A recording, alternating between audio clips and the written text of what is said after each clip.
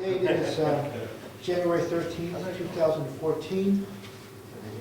Time is 6:31 p.m. Gary Ciccarone, Here. Wentworth Rd, Present.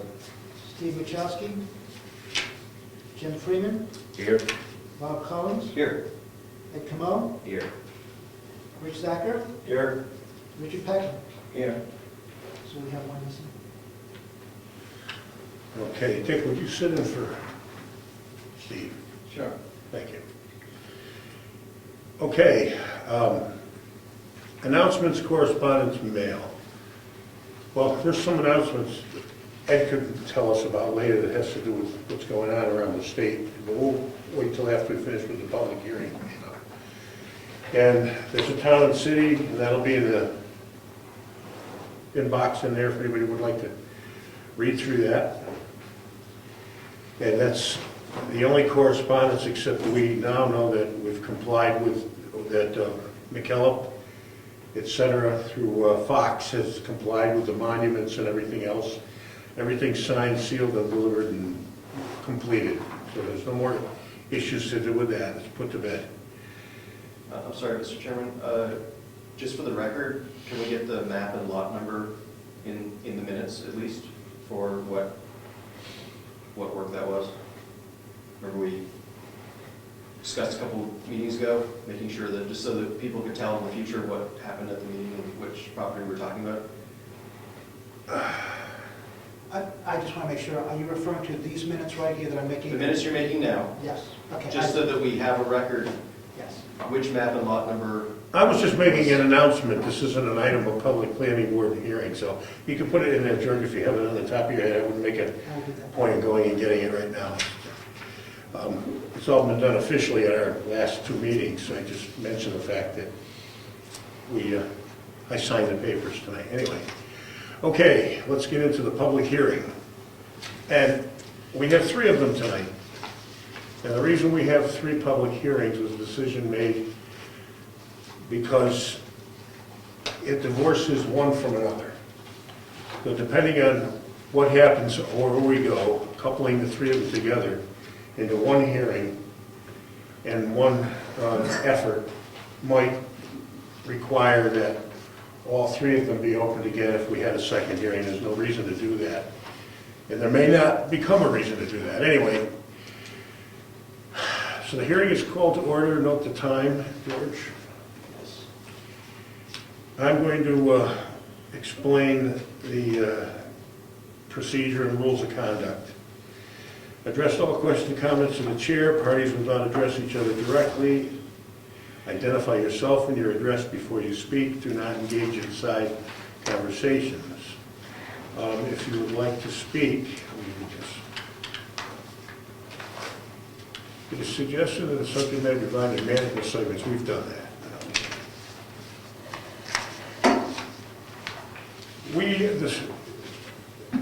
We're going to take each one of these individually, like I said. So the first one, let me move these aside. I've got to read the text of the notice, so I'm going to go through that first. A public hearing will be held at the Brookfield Town Office Building, 267 Wentworth Road, Brookfield, New Hampshire, 03872, on January 13, 2014 at 6:30 p.m. to consider the amending of Article 2B of the zoning ordinance as a proposal for a ballot question. The planning board proposes that a recreational lot requirement be added to the zoning ordinance specifying that the minimum lot size permitted shall be 10 acres. Anyone needing assistance to attend this meeting or further information should contact the planning board administrative assistant at 522-3688. A copy of the proposal to amend the zoning ordinance is displayed at the Brookfield Town offices in the planning board room. The town offices are open Monday 11 a.m. to 6 p.m., Tuesday 8:30 a.m. to 1 p.m., Wednesday 8:30 a.m. to 12:30 p.m., Thursday at 8:30 a.m. to 12:30 p.m., second and fourth Fridays 10 to 2 p.m., first and third and fifth Fridays 8 a.m. to 12 noon. For additional available times, please contact the planning board chair or the administrative assistant by calling 522-3688, December 31st, 2013. Okay, now that that's been read, we'll explain the rationale behind this. Excuse me, Mr. Chairman, I'm sorry I didn't get in there before you started. I would like to recuse myself from the public hearings and the discussion and deliberation related to the public hearing tonight, just to avoid the potential appearance of a conflict of interest. My son actually has a part-time job up on Moose Mountain at this time, so I'm going to sit out with, if that's okay with you. It's okay with me. That's your choice. Mr. Chair, Yes. would it be possible before we get into the actual individual articles that the planning board could define the rec zone as it is outlined in the master plan? So as we talk and listen to the changes, I can see how they affect the changes and how it's outlined in the master plan. Well,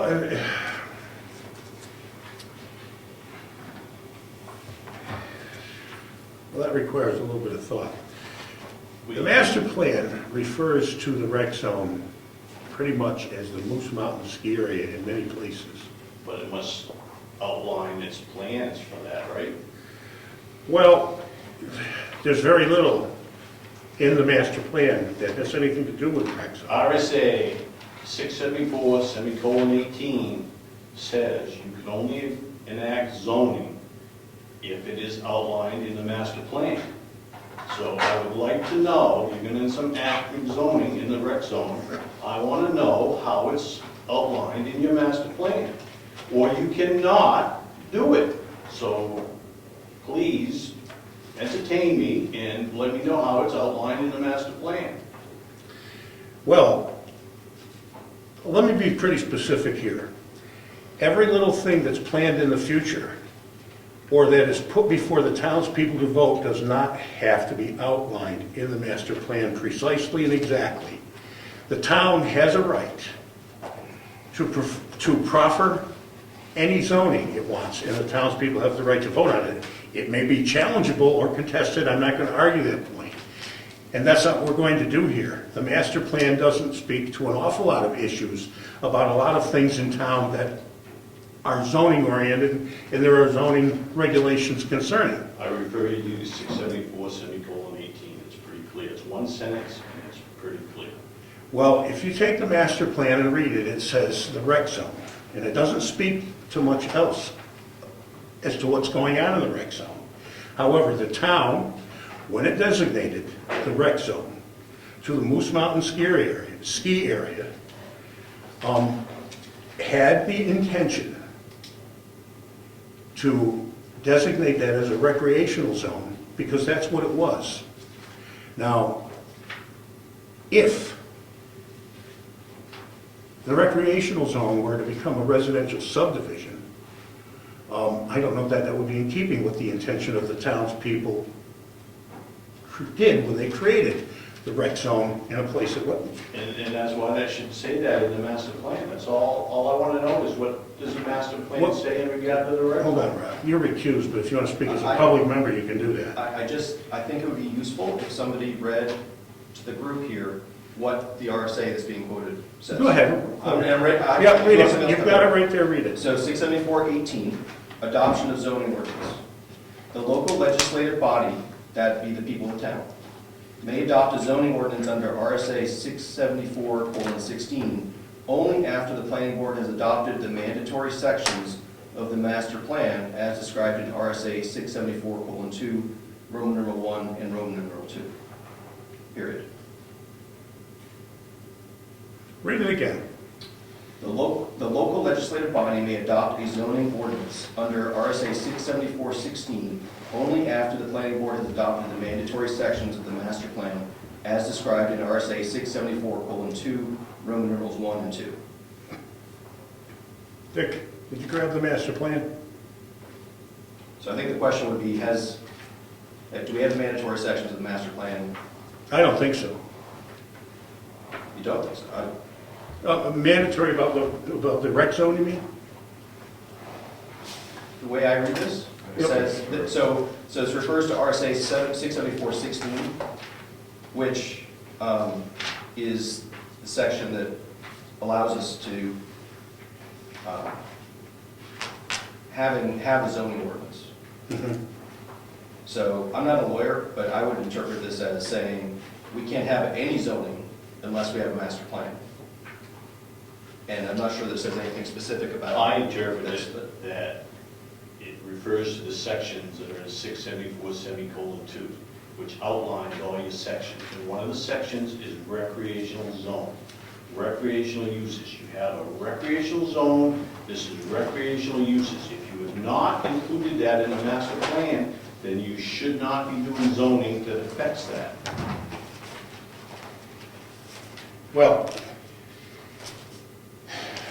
I'm going to disagree with you on that. I'm going to have to go here and do a little research. We can, you know, I mean. Yeah, we can. We can disagree with it, Bob. You have a right to voice your opinion.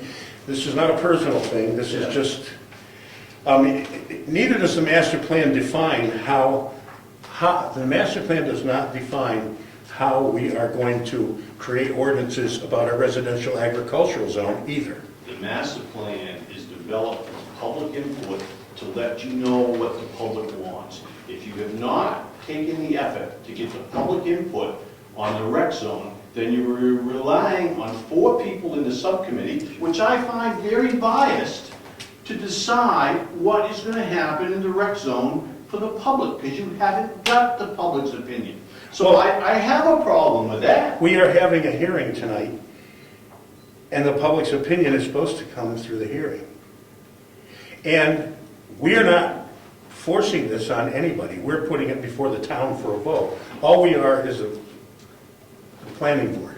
I realize that, and that's what the master plan is. You should have had the foresight to go on out and get the public's opinion long before you made the rules. That's how it works. That's why they have a master plan. Well, actually, during the course of much of this, the public has voiced their opinion. There have been other members of the public here that have voiced their opinion about certain things. I've watched every meeting, thanks to Ed. There's been a couple of people here that have voiced... No public. No, that's not true. I watched every subcommittee. Tom Hill was here one night, and he had said something about it. Not in the subcommittee. Now, not at a subcommittee meeting, but at a planning board meeting. I mean, they don't have to necessarily go to the subcommittee meeting to have an opinion. But anyway, let's not make this contentious. I see what you're saying. Here, you know, you try not to make it contentious. Let me finish this, Bob, okay? Before we get any further, let me give you the rationale, because that was the next thing we're supposed to do. The chair shall explain the hearing procedure and shall then state the rationale for the amendment, okay? Now, let me give you the rationale. And I'll make this concise, and please listen to what I have to say, as opposed to formulating what you're going to tell me next. No, we don't, you're a stand-up guy, and everybody here recognizes that, okay? You've been here before, you know all of us personally. However, you may not own that 5 years from now. Our job here has got nothing to do with Bob Bordeaux. Let me finish. Stop formulating and listen to what I've got to say. I'm supposed to explain the rationale. It's part of our zone rules of procedure. That's what I'm doing. So let me explain it, and then we can have a conversation after that. Okay. Now, where was I? Okay. We don't know who's going to own that mountain 5 years, 10 years, 25 years down the road. Nobody does. Our job as a planning board has got nothing to do with individuals. It's got to do with the town. Now let me tell you what some of the problems that became apparent. And it became apparent because you walked in here one night and asked us how we felt about something. About a 2-acre subdivision for a house that would be a caretaker's residence. Now let me tell you what the legal implications of that are. Okay?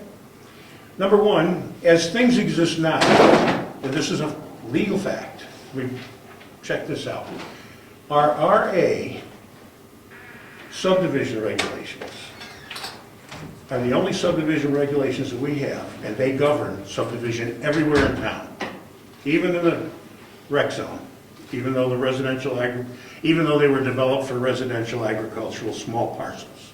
That's number one. Number two, there would be no reason once you, not you, it could be somebody else down the road, put a 2-acre piece up and put a house on it, that individual lot is a separate entity now, and it has a caretaker's dwelling on it.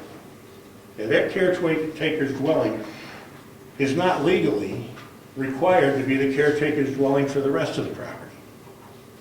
So there could be another caretaker's dwelling on the other part of the property, and that then becomes a residence. There's nothing that stops that in our ordinance. And that's not what the intent of the people that turned it into a reg zone was. Let me finish. I know you're formulating, and I don't blame you, because I would be formulating too. That could be done 25 times on that mountain. And there could be 25 houses. I'm not saying that's likely. I know slopes discourage that, and sometimes overkill is overkill. But that could be done 25 different times, and there could be 25 2-acre lots up there. A road could be cut in, and all of that could be accomplished in the next 20 years, and there could be a subdivision up there with houses on it. We have no ordinances that really govern what the house is going to be used for, although there's legal arguments that could be made on both sides of any issue. This is very sketchy, according to our attorney. Hitherto, no one had even thought of this. I mean, you understand where this board is. And there was a lot of input from people that were not. I understand when I come into like Walden off and say, oh my God, but at the same token, you know, I've watched every meeting through Ed's tapes, I know that, and you don't want to be contentious, but you know, just one of the issues at the meeting, the December meeting that you weren't at, the board was trying to decide, you know, on the acre size. And I think, you know, Rich was leading to like 50 acres, he was at 10. And then, you know, someone had the audacity on the tape to say, well, we need to come up with a measurement, a size, that the town people will vote yes on, so Bob Bordeaux doesn't get his 2-acre lot. If we're wrong, we'll fix it later. Now, that's on tape. How do you make that remark and not be contentious? Well, I didn't make it. I know you didn't make it, but it was made by the subcommittee. How can I not take that the wrong way? That's nothing to do with zoning. You're not looking at road frontage, you're not looking at seep flow. You're looking at keeping Bob Bordeaux from getting his 2-acre lot. Bob, Wrong. as a matter of fact, you could make an application for that before the town meeting, and there would be nothing in the world we could do about that, and that's legal. If the town were to vote this in, you still have the option of doing this. I'm wasting my money, I'm wasting the taxpayers' money. You know, does it make it, If you wanted I to don't want to subdivide, waste anybody's money. I understand that, neither do we, but you wanted to subdivide, and if you wanted to subdivide a 2-acre lot, you still have that option. You understand where the board's coming from. You understand that they want to prevent a situation in the future. It's got nothing to do with Bob Bordeaux. I don't know who said that, I don't want to get into that. It wasn't me, that's all I can remember. And I don't think the person that said it meant it in that way. You just happen to be the person of record there. I think more people are concerned with 2-acre lots being formed up there. And I think that's what may have precipitated that. The road frontage, the steep slopes, it best is one. And again, I come in good faith to the board because I was debating whether daughter or me. You know, I cleaned that side of the table up. I'm not giving a lot to my daughter. I am going to put a house there. And I am not going to subdivide it. I am going to keep it intact. And I'm grandfathered. So, I mean, you're spending a lot of money at attorneys, you're spending a lot of money. I don't think you're following the RSAs. I have a lot of issues with it, and all in vain. Well, we absolutely are following the RSAs if we... I'm not saying we're going to do it, Bob. I'm not, look, I like you, I don't want to be, I'm not trying to be contentious, and I don't think you've got a thing wrong going on up there or ever would in a million years. However, what we're proposing here does pass legal muster. Now, whether or not we actually take this to fruition, that's what this is, a public hearing is here for. I'll be quiet. You know what I'm saying? I'll be quiet. I mean, I don't blame you. I've been in your chair before. believe me. Mr. Chairman? Yes. I think, if I'm reading this right, the May 8th, 2006 update to our master plan talks about the rec zone and what's allowed to take place in the rec zone. Would you read that, please? In 2006, May 8th, this was adopted. Any development is land use guidelines for the recreational area. Recreational area is the major land area associated with a former ski area in town. Area included. This area includes the former ski area south of Moose Mountain Road. Desired use, recreational use. Land use guidelines, any development is limited to active recreational use without impacting the environment or the historic residential character of the community. In compliance with RSA 674:43, the town seeks to encourage innovative development and design through the use of the site plan review process, which allows, and it goes on and on. But the point is, it's in our master plan. And I think that was your point. It's not documented in the master plan. I wasn't sure. Well, it is in 2006, it was. It was. The update. A comment was made in the first subcommittee meeting that it was not. I didn't physically come up and read the master plan, but a member made a comment in the first subcommittee meeting that it was not addressed in the master plan. Well, That's why I brought that up. Jim, then Dick. I had two comments. Mr. Padova is right on a couple of things. Number one, the public not attend, but then and now and continually we invite the public to attend any of our meetings, and we get very open. If nobody showed up, that's not the fault of the board or the subcommittee. We conducted in good faith, and EdTV shows that we are not trying to hide anything. I did not attend any of the subcommittee meetings, but you were right that no. I didn't think I'd like it staged, but I really do. Sit back at the couch late at night. I think it's a great contribution. But so the board has conducted itself in a proper manner. Well, now you get the rationale. I mean, you do see that that's, I know you say slopes, but there's, what, 700 acres up there? A lot of switchbacks, a lot of road. There have been proposals for people to turn that into a residential chalet type of development up on the hill, before you ever came into the picture. I wasn't involved then, and I never heard it until recently.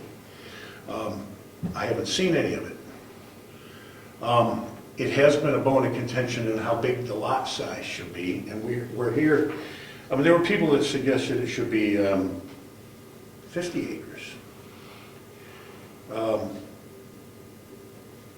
Where is the thing? Got it here. Hold on, George, I'll find it. That would reflect in the- I'm looking for it. I'm probably picking up my fingers. Your suggestions of several lot sizes. What would you like to see it be? Just out of curiosity. 670 acres. No, but that's not an answer. There has to be, would you like to see the subdivision requirements be 2 acres? No, You would not like it subdividable at all? it's not going to subdivide it. Pardon me? I'm not going to subdivide it. Bob, you're missing my point. Let me finish. I'm asking you because you're the principal up there, and you've got more right than anybody else to voice your opinion. We don't own the property. We're just a bunch of guys sitting here. I know you're not going to subdivide it. If you sell it, we're all going to die someday. Go ahead. My kids will probably. If you sell it, yeah, they may. If someone else owns it, and your kids are living someplace else, but let's say you sell it 5 years from now. Let's keep death out of the picture. The reaper doesn't belong. Let's say you sell it. What would you like to see? Right now, it's governed by our 2-acre our zoning. Our residential agricultural 2-acre zoning is what somebody could subdivide that thing into legally. There isn't much we can do to stop it. You understand that? We can't do anything to stop it. We can make site plan reviews and we give everybody a hard time.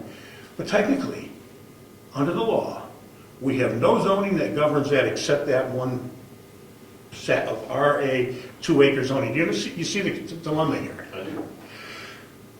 Now, you're not gonna subdivide it. Are you telling me that you don't want it subdividable? That there should be it should be left as one parcel, period? Yeah, I'm fine with that, I really am, because, you know, You're taking away your own abilities to subdivide I that. don't want to subdivide. Well, I understand that. I'm sure this board could write an ordinance that says, and in deference to you, we would never think of doing this. We could write I it, don't really have a problem with the 10-acre lot. What I have a problem with is how they come up with that 10-acre lot. well, I can understand that. And I apologize.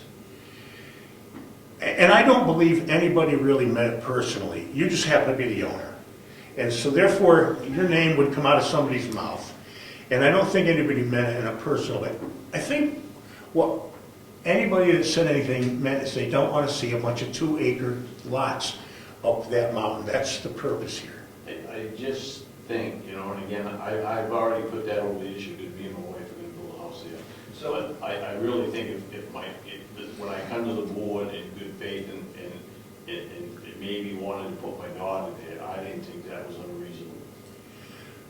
And realistically, the lot from his road frontage and stuff, that's really the only one lot you could have ever done it with. And I don't think that was a reasonable request, and then we get down this long of the road. But that's not gonna happen, because I don't need to subdivide it to build my house there. Mr. Chairman, we're in the public hearing now, right? Yeah. And we're taking input from the public. Yep. And I guess, for some clarification, you said you wouldn't subdivide it, one big lot. If it wasn't one big lot, what would be the number you would pick? You know, I've been involved in planning for quite a few years. The land is, the brook, the road access, the slopes, there's nothing that lends itself to subdivision. It really isn't. You know, the only way you could pull it off, you'd have to put $1 million mansions up on the top, because to pay for the roadway, the only way you could ever pull it off in a subdivision. I mean, just from your road. I've made that comment. Your road grade, you just couldn't achieve it. It's really, except for that little nice piece out front. But no one's arguing that. We all discussed it, we all agree. So if you're the public, would you give us a number? I mean, 670, whatever, is a large number. But 50 is a number, 100 is a number, 10 might be the wrong number, but if the landowner, the property owner says, this is a reasonable number, I guess I'd like to hear what that number would be.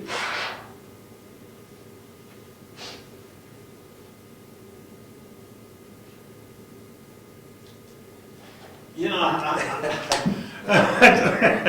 know, again, it's just frustrating from that one lot standpoint. But beyond that, your 10-acre is probably adequate. But again, nothing's going to happen there. It really isn't. Thank you. Give it some input. Well, I mean, you do see the dilemma. And, with 600 acres, you could put, 30, 40 chalets up there. The biggest problem was switchbacks. They'd be $1 million houses maybe, but... Have to break even. Yeah, I know. The world changes. I mean, I bought my first house for $7,000 with a pretty good house. I sold it for $180,000. I mean, the world changes. Who knows? I mean, you see where the board is going with this. It's not to stop Bob Bordeaux, and unfortunately it may have been said that way. I've said your name at meetings, but not in that light. Because I feel you're a very stand-up guy. I mean, you've been here before. I mean... I'm fine with the 10 acres. Move on. I'll shut up. You understand, that's why the board did it. Okay, if you're gonna shut up, I can too. Okay, we won't. All right, let's move it. I've said my piece. All right. Okay.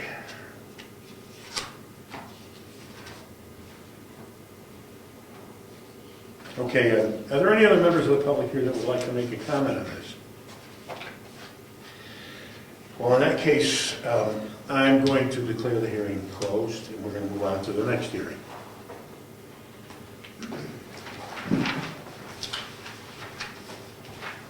Yeah, give it to me, George. I know I have them buried. Option of deliberation. Oh, yeah, well, I think, I suppose we should deliberate after each one. That's how you set that up.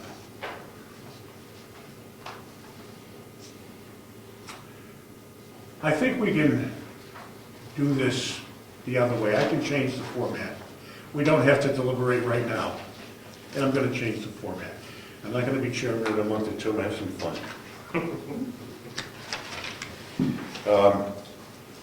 Let's go to the second one, and we can talk about all three. I think they're intertwined.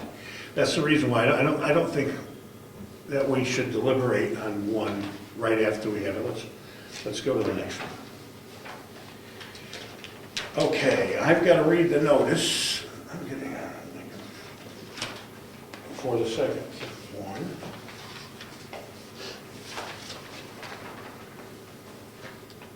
Okay, that's that one.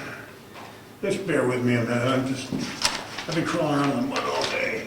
What do I do with them? Over here. There we go. There's my stuff.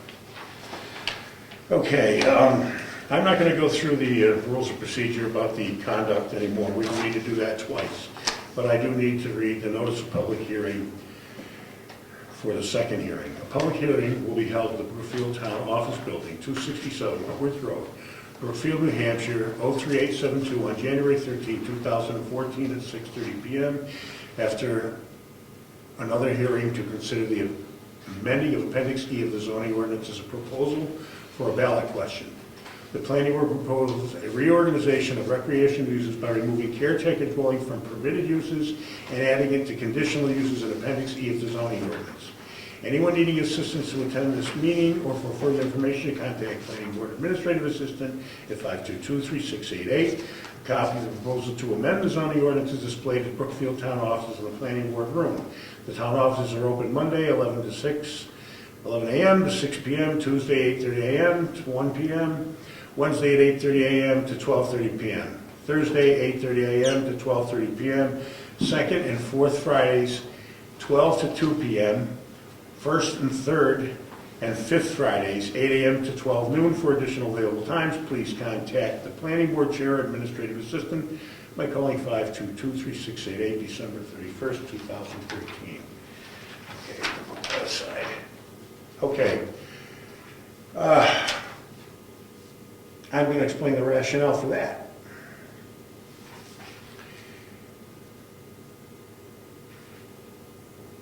This goes back to the lot thing. If it were made a 5-acre parcel,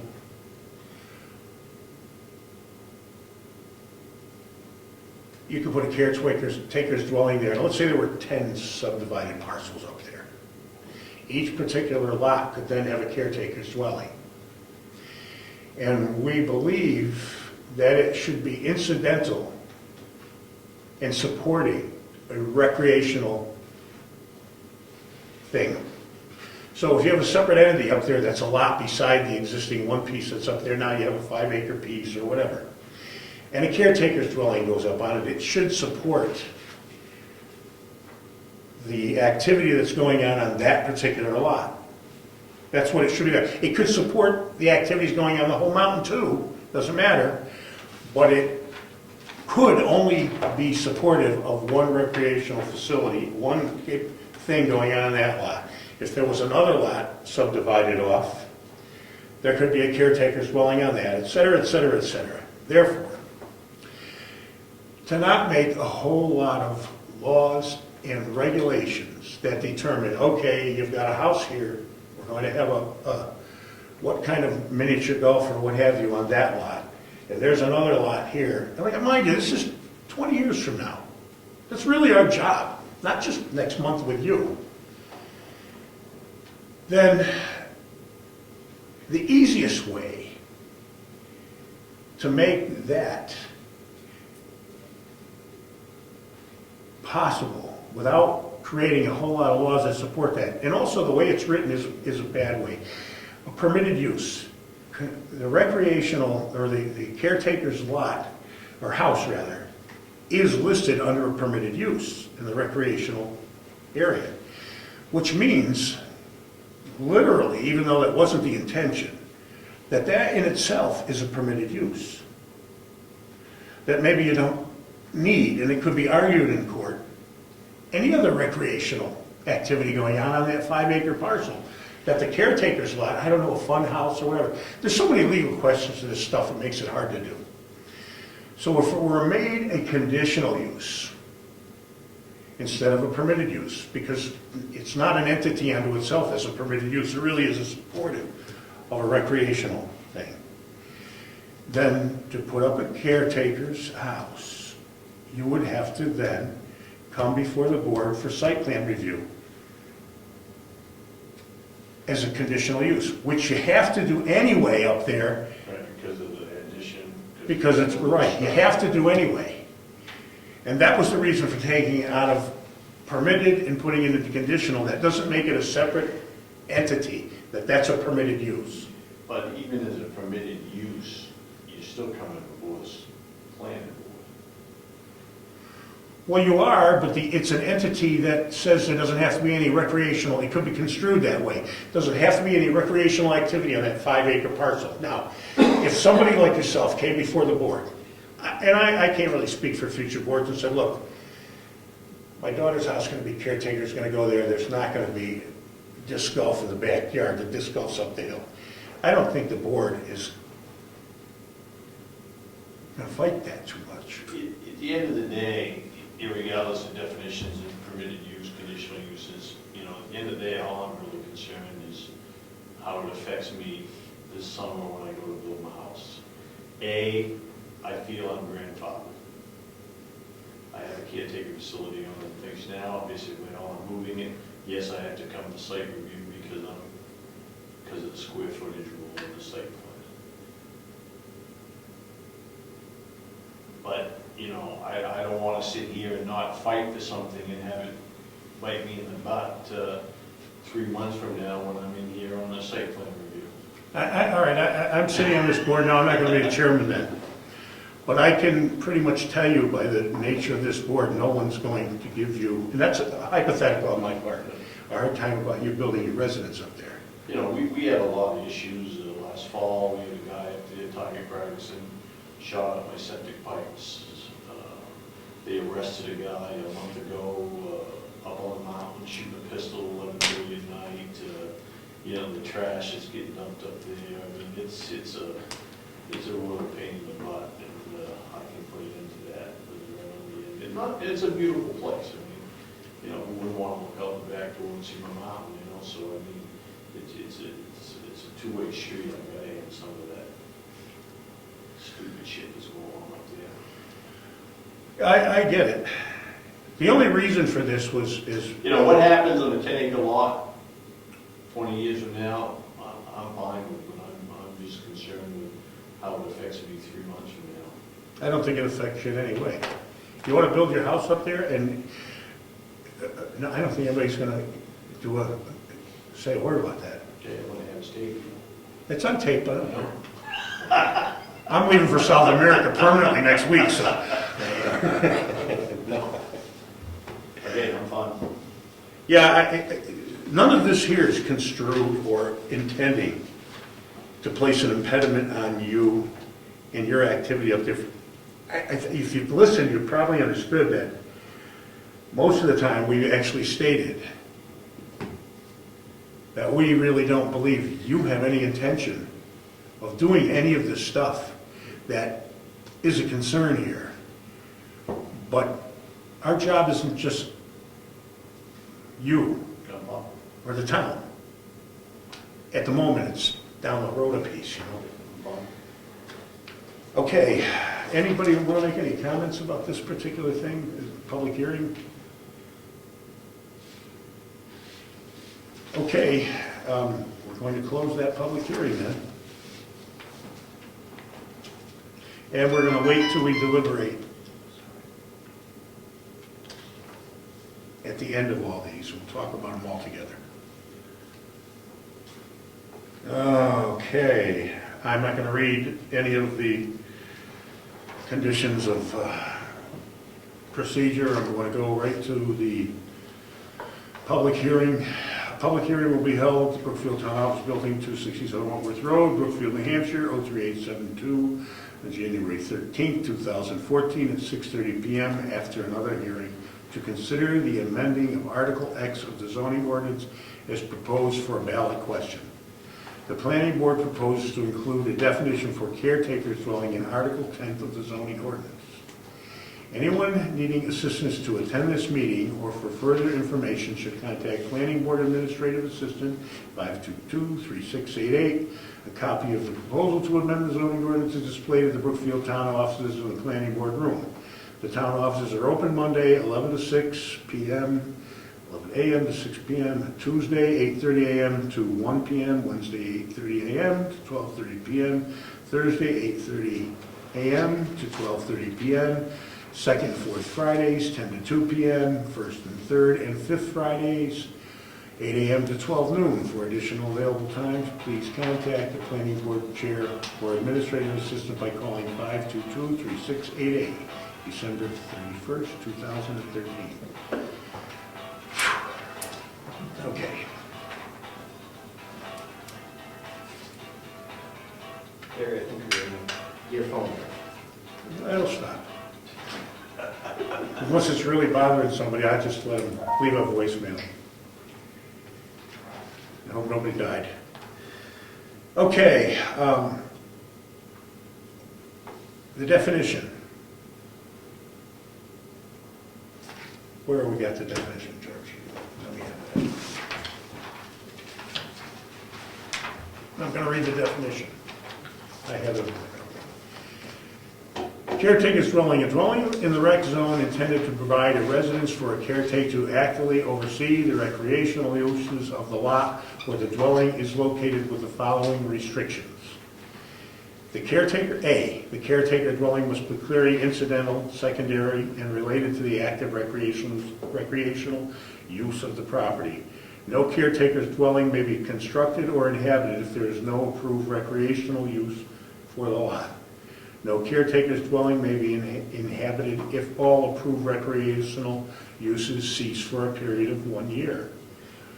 No more than one caretaker's dwelling shall be allowed on any existing or newly subdivided lot, regardless of the size of the lot. Every caretaker's dwelling shall have a minimum ground floor area of 864 square feet. Outside measurement, porches, steps, or ground level terraces is not considered part of the dwelling for purposes of this section. Accessory dwelling units are prohibited. Construction, change in use, or expansion related to caretaker dwelling requires site plan review. Much of that came out of already the definition that we have there. The one additional thing is the caretakers must be clearly incidental, secondary, and related to the active recreational use of the property. You've got an issue with it. You're the public, man, and you're the owner. I really don't. I mean, you know, I could never get my wife to move into something less than 864 square feet anyway, so I really don't have any issues. And we're only allowing one caretaker dwelling on any existing or newly subdivided lot, which means that if you did subdivide, you could have another caretaker's dwelling, but it would be an ancillary dwelling to support the recreational use of that property.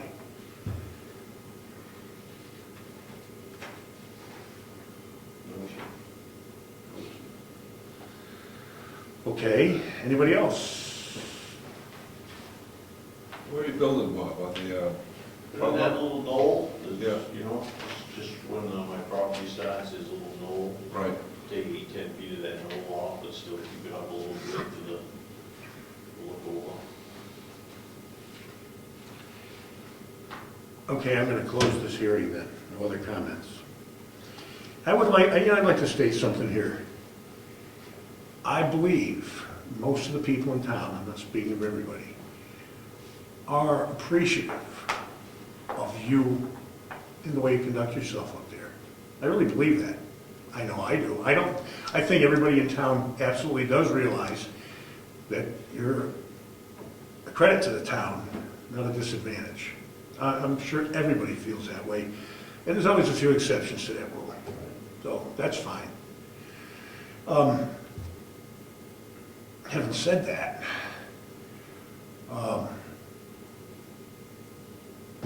you're there now. And we never would have thought of this had you not mentioned that thing. And then there was a couple things, whoa, what happens if somebody goes up there and does this and does that? And we, of course, asked the town attorney, and she said, then they could do this and they could do that. And I said, well, then we said, well, what should we do? And this is what we came up with.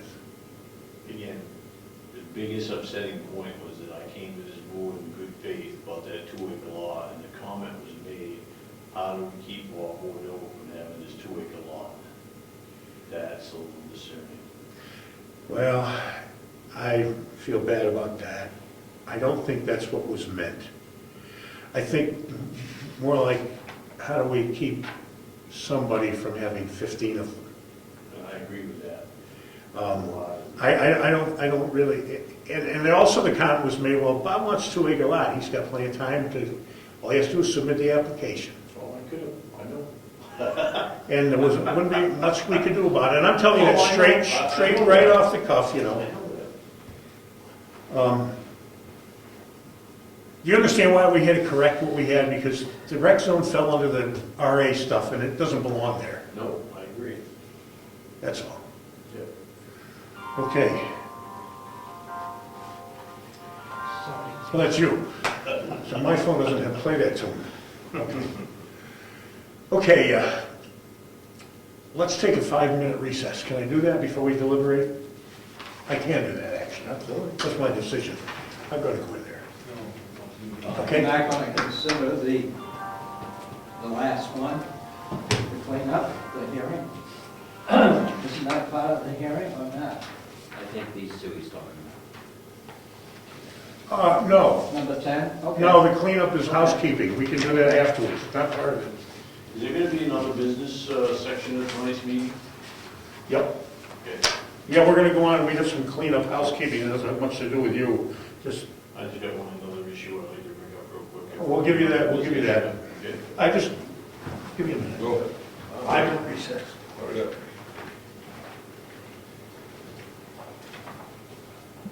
You must have better ruts now. Oh, they're slippery. Huh? They're slippery. Back in session. Meeting is open. And the public hearings have been closed. We're going to deliberate. Well, what you had something else you want to talk to?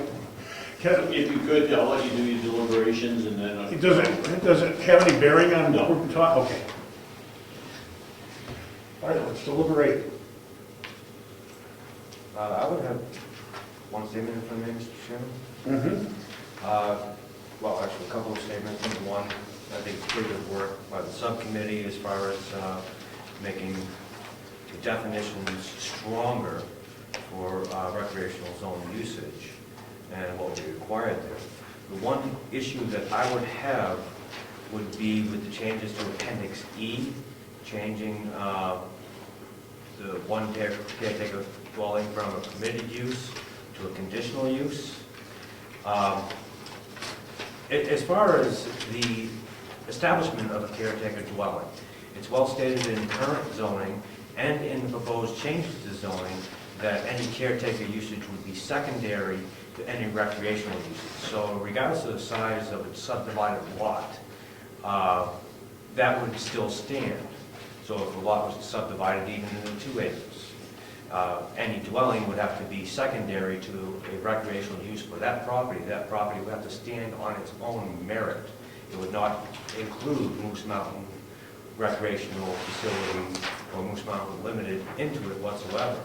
So the caretaker dwelling would definitely have to be secondary.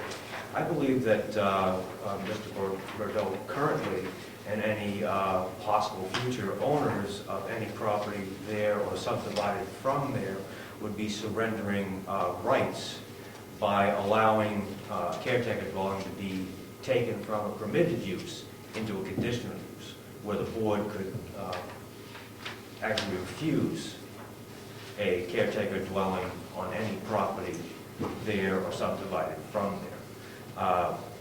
I don't like the idea of people being hamstrung by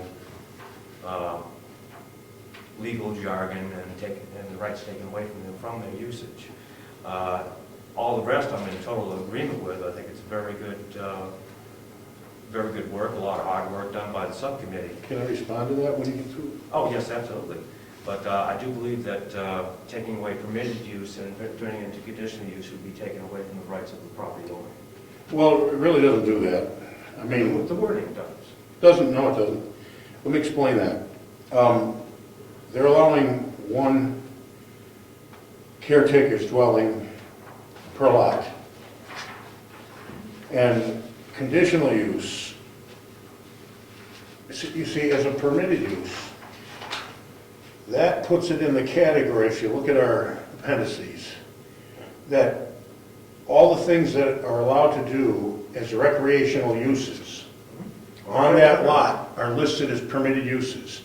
That lists a caretaker's dwelling as a permitted use, as a recreational entity unto That's a itself. secondary No, to the recreational that's activity of the that's property. not how An it's, approved recreational activity. that's not how it works. That's how it's It's, stated. our, How it works is how it's stated. our ordinances contradict themselves. Exactly. So taking that out of conditional use and permitted use and putting it into conditional use removes the contradiction. Our ordinances contradict themselves, do you follow me? I understand. Okay, so if we take it out of permitted use and put it into conditional use, it really changes nothing for the landowner. It doesn't hamstring him, he still gets a caretaker's dwelling per lot. But it's not a permitted use unto itself as a recreational facility. As it's stated in current zoning and in proposed zoning, that would be incidental and secondary to Yes. related activity of recreational use. There, but that's not what it's listed under permitted use. It is stated that it is a permitted use. And a permitted use means that it is a use unto itself under the auspices of an agricultural pursuit. I mean, a recreational pursuit. And a caretaker's dwelling should have never been listed there. But my point being, Jerry, is that it's stated currently that it is secondary to a approved recreational use. And this redefinition makes that far more apparent. And it's very, very well stated in here that it should only be secondary. If Mr. Bordeaux were to subdivide a lot, 10 acres, 100 acres, and he was just to put a property on that just for his own personal residency, that would not stand to site plan review before this board because it would be a primary use, not a secondary use to a recreational zone activity. Do you understand that caretaker dwelling, in the appendices, give me the appendix, George, you got the appendix right there. Man, it's easier for you than me to dig mine out. You got more fingers than I do. Thanks. All right. Nobody else could have said that. These are permitted uses, permitted uses. Yes, I'm correct. When the committee constructed. I have one. When this committee constructed this, if you read, all these things are stuff you're allowed to do as a recreational thing. A house is not something you're allowed to do as a recreational thing.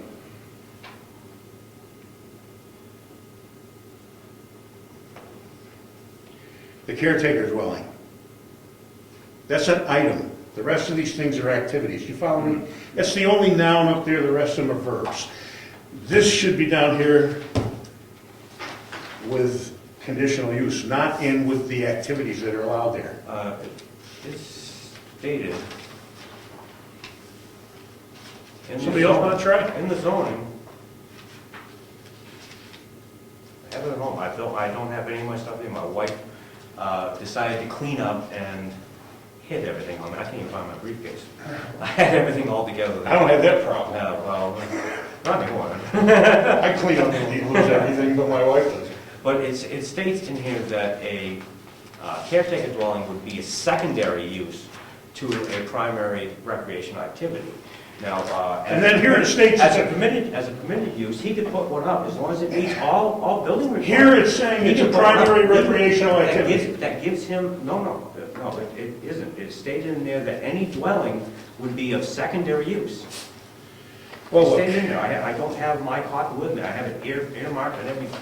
all I'm telling I you can't is, find it. this doesn't change anything for the owner by moving it to If conditional. it goes to conditional use, now everybody here, and I'm in 100% agreement with you, everybody here knows that Bob has done wonders for that property and the community. I don't think anybody doubts that. But the faces on this board can change. It's got nothing to do The with Bob. attitudes on this board, I'm not talking about Bob specifically. The attitudes on this board can change, and if it's put under conditional use, it can be refused. No, it really can't be. It cannot be because it states elsewhere that you can put a caretaker's dwelling. Yes, as a secondary use. It's stated as a secondary use, and here it is emphasized as clearly incidental, secondary, and related to activity, recreational use of the property. Does anybody else want to weigh in on this besides Jim and I? Caretaker house isn't a recreation activity.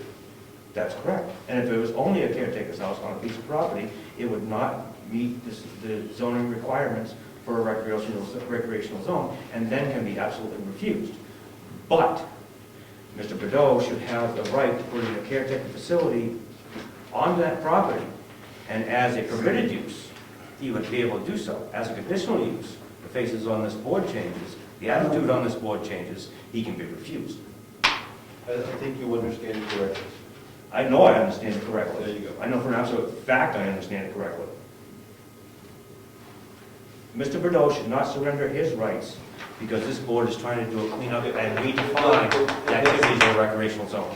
It wasn't clear in the zoning because the way it's referred to in a couple of places. Does anybody else want to weigh in on this? Come on, we've got a board here. Yes, please. So I'm happy with it. I got his input, but I'm all right. You leaving them permitted? Yeah. No, I support the change. Okay. Come on, board members. Let's hear it. That's what deliberation is, not one guy telling everybody how to think. Support the change. Huh? Are we voting on this? Well, as a board, we're deliberating, and we can make a motion to accept or deny, but I'd love everybody to weigh in on what their opinion of this is. Well, define the conditional use. A conditional use. Okay, conditional uses. George, you're the administrative assistant. Conditional use, Page 7 of 54. Zoning ordinance. 7 of 54. Thanks, Rob. Although I recuse, that's not part of the discussion. No, that's all right, we'll read it. Public can do that. Oh, absolutely. Conditional use requiring a permit. Planning board is authorized, I'm going to read it. Permitted use is not requiring a permit, conditional use is requiring a permit. The planning board is authorized to issue conditional use permits for any conditional uses in Appendix E if the applicant demonstrates that the use will not have a significant negative impact on the environment or the historic, residential, agricultural character of the community. It may place reasonable limits on the conditional use such as, but not limited to, the maximum number of attendees, hours of operation, public safety conditions, expiration date of the permit, and frequency or specific number of occurrences. This permit may be placed for the restrictions in order to protect the residential agricultural character of the town. I don't think number 2 describes residents in any way. I think It that's, describes the deliberation of the activities on the property. no, it doesn't describe, it tells how many attendees and hours of operation, number 2. Doesn't really, It describes how the board can conduct itself. oh, it doesn't. Proposed activity change. Item 1 tells the board how or how not to approved conditional uses. Yes. Item number one. Maybe you That's should it. read that one more time. I'll read it again. The planning board is authorized to issue conditional use permits for any of the conditional uses listed in Appendix E if the applicant demonstrates that the use will not have a significant negative impact on the environment or historic, residential, agricultural character of the community. In other words, if this doesn't violate any of those, we can't deny somebody. I do, We can't, if Jim, stop. somebody can. Nobody can.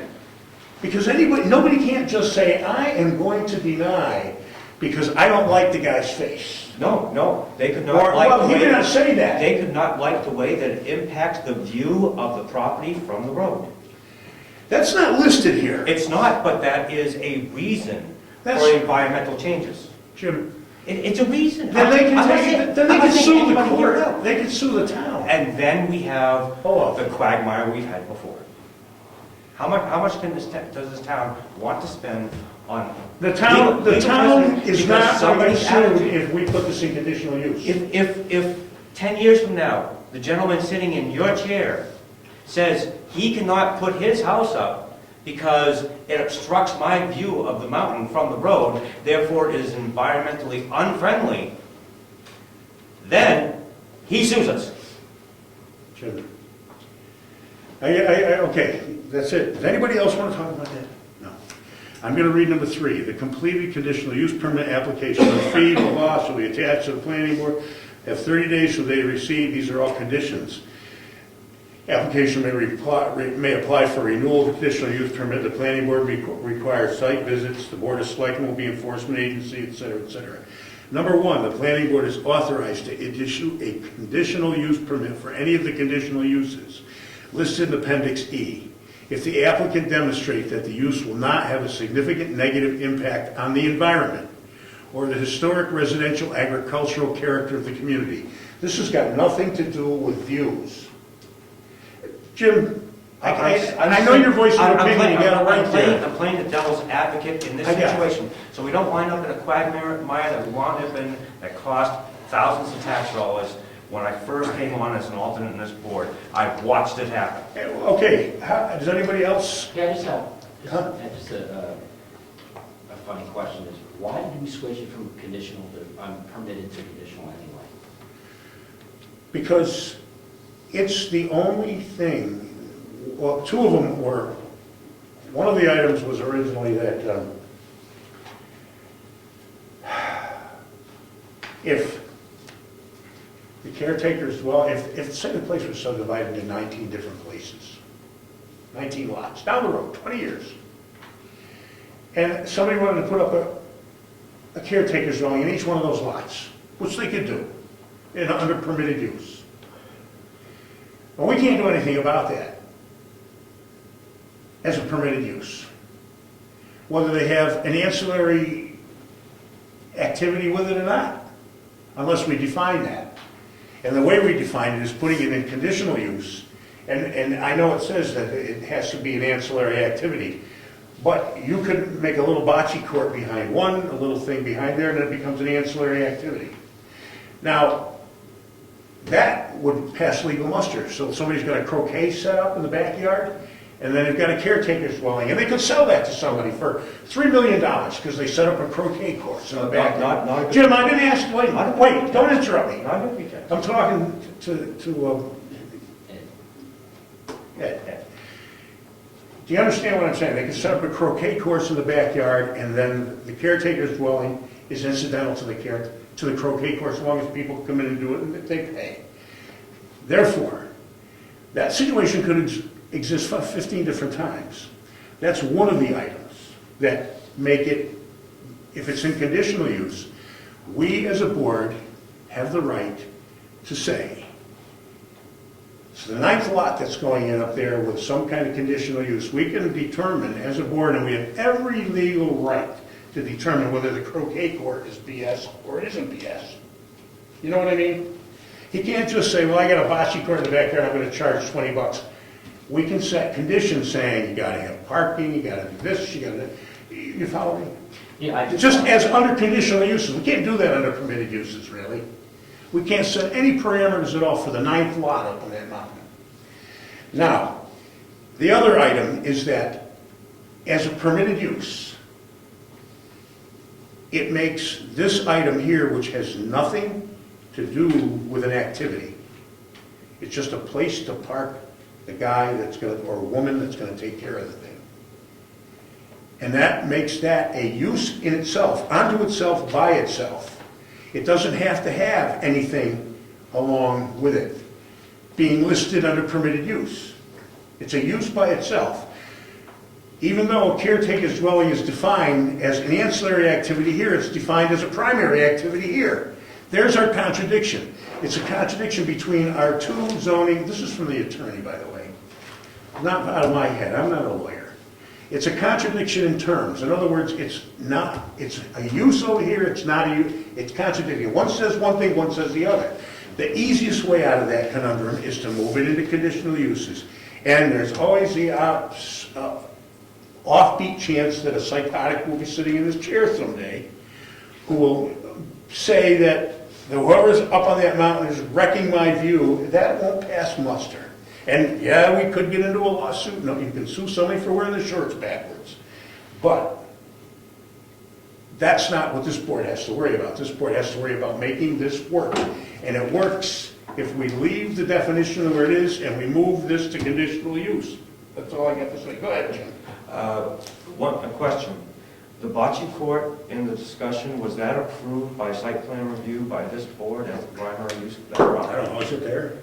No, the one that you were talking about in your discussion, in your pretext. Was the bocce court previously approved as a primary recreational use for the property? Yes or no? You mean, is it in the list here? No. Was it approved? In the description and the presentation you were making to Ed, was the bocce court previously approved by this board under site plan review as a primary recreational use for that property? If the answer is no, then the residence cannot exist. Doesn't have to be approved. It does. It most certainly does. It most certainly does. The point Jim's making, I don't want to cut in because I know you're close over here, but the point Jim's making, I think, is permitted, even with the permitted use, you have a ton of oversight because it has to be an approved recreational thing. So they have to come before the board many times. Exactly. This isn't something. You all missed my point. Yep. The point is, if it's listed here and it's listed here, it's a contradiction in our ordinance, period. Which means if we move it to conditional use, this is the step. We have the attorney who's going to come and sit here next month because our ordinance is full of stuff that are contradictions. There's a ton of them in here. I talked to them. It's been a mission for Attorney Spector to go through this. And I'm only bringing this up because it has bearing on what we're doing here right at this moment. Our ordinances, we're not lawyers. And some of them have contradictions. Rob found a beauty with the tenting and stuff like that. So instead of us sitting here pretending we're lawyers and trying to rewrite the thing, we gave it to Laura and said, it's worth it. Spend a few bucks, have her find all the things in it that are contradictory. Because that's the stuff that gets you into lawsuits, the contradictory stuff. Exactly. Shut up, Jen. Anyway. Don't tell me. Shut up. I'm not looking at you. Don't tell me You have shut no up. business saying anything until the chairman recognizes you. You know that? Oh, you just recognized me. Tell me to shut up. Stop. The point is, that's what the attorney's doing, coming here and telling us to get rid of the contradictions. This is what this is. It's a contradiction between this, and when it sits in permitted use. And we take it and put it into conditional use, the contradiction goes away. It's that simple. Now, whatever you guys want to do, we're going to vote on this, yay or nay. Anybody else want to talk about it? Go ahead. How does one demonstrate that it will not have a significant negative impact on the environment? Just give an example of how somebody's going to demonstrate that. Well, in this day and age, it's hard to say that anymore. It just sounds like it's very, I think it has to have something to do with the DES on the environment. If you want to call the air quality environment, that would be good. I suppose that we're going to be a rubber factory. Have a problem. I mean, come on, Rob, say something. As a member of the public, not. Yeah. I think that Mr. Bordeaux demonstrated that when it came for disc golf, right? He showed, here's what, I'm gonna have a pad where you're gonna tee off from, and they're gonna put this thing, and that, I think that's basically, we're not changing the landscape, we're not ruining anything, we're not tearing everything down, and that would, I think that, we took that as saying, it's not gonna have a significant negative impact on the environment, or historic residential agricultural community, right? It's like not a big change, right? The tubing, same thing, people going down a slope, that's not a big change, right? Well, that's today and now, God only knows 20 years from No, I now. understand, but I think that You're right. I mean, there's a reasonableness test here, right? And we're supposed to be reasonable people, and to the extent that we're not, the courts will fix it, right? I mean, if somebody comes and thinks we're not being reasonable, and the good news is we've got something that clearly says what our criteria is. The public knows what it is, we know what it is, and so then the courts can see what it was, right? And so it's, you know, we have to be reasonable and decide how to interpret that, and the courts will help us out if we need them. So if the EPA becomes this board, and somebody comes in and they try to do something, and they say, the EPA, who's the board in the future, says it is going to have a negative impact, that person's going to have to go and sue to prove that.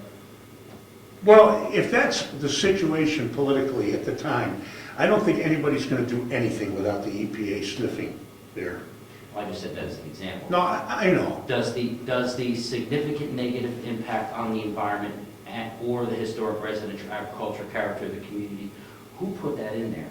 Because I know in other towns, they have articles, warrant articles out that's going to provide that you have to go, when something has to be built, you get permission for it, you're going to have to go to the Conservation Commission and the Heritage Commission and other commissions to okay your development. Some places that's true. Right, that's not here yet. No. But I'm trying to figure out how do you, it just seems like a very fluid definition here about negative impact on the environment, and I'm just trying to say, how do you protect the property owner of that? Well, you have choices, I think, and that's put nothing in or make a list. And the problem with lists is they go on forever, and you would have a foot-thick zoning, you know what I mean? You have to list all negative possible impacts to the environment. I mean, from the attraction of cockroaches by a dumpster, or, I mean, you could make a million things that could, in somebody's mind, have a negative impact. But that's not reasonable. Now, what's going to be reasonable 20 years from now, God only knows. I mean, I don't know what to tell you about that. Go ahead, please. I've been silent Yes, go. because I'm being recorded. Yeah, That's you. that's it.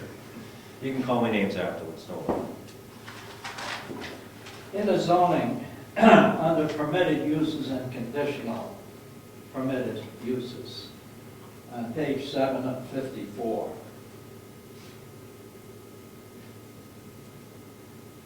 it says that if you have a conditional use, you have to acquire a permit from the planning board. And apparently, that permit has an expiration date. Okay? Yeah, a year, I think. We made Under that. section 4, the applicant may apply for a renewal of a conditional use permit up to 60 days prior to its expiring. In processing a renewal request, the planning board may hold a public hearing. Now, it seems illogical to me, although I'm in favor of it, but it's under these conditions, it seems illogical to me that someone would build a dwelling under the conditions that it's going to be built with a permit with an expiration date. Then maybe we need to make a correction there. Now, all of these other permitted, No. conditional uses are things that could have an expiration date, such as a concert, or a flea market, or a gun show. This makes sense that there would be an expiration date to the permit, but it doesn't make sense that there would be an expiration date on the permit for a dwelling. Therefore, I don't think we should put it under conditional uses. Well, you can do one of two things. You can put words into that saying conditional use without a permit expiration date. You can do that. Right, but the way it's worded now, Or you can make somebody get a permit every year, at no cost to themselves, which gives the planning board a way to govern whether or not there's really a recreational activity going on along with that thing. So it might actually be a good thing. It doesn't cost anything to the property owner, but he therefore must substantiate the fact that there is a recreational activity going on there in conjunction with because that's what this is all about anyway. Not having a bunch of places built up there where people can live as a residence. So actually the permit thing isn't such a bad deal, depending on how it's implemented. I don't think actually anything has to change, to be honest with you, but anyway. Caretaker house would have to be its own separate condition, its own separate section, It could be, to get away from these permanent. it could be, conditions. you could also just put the words in there, subject to non-permitting. Go ahead, Bob. If Well, you- you're in. If you don't vote down the conditional use thing, and you make the changes to the wording like you said, that's a substantial change to the ordinance, and you will have to re-notify and re-hold a public hearing again to vote on that issue. Well, I don't, we have time for that. Okay? Just don't know if it's worth it. Well, no, we have time for that. That's why we held it as early as we Yeah. did.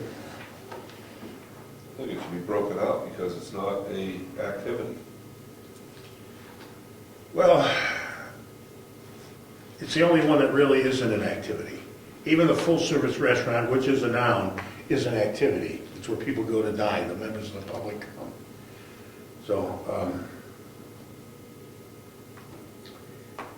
how does everybody feel about having another public hearing on this issue and putting it in conditional usage? Or just putting it in conditional usage and let the permitting process go on? Because it doesn't hurt that person.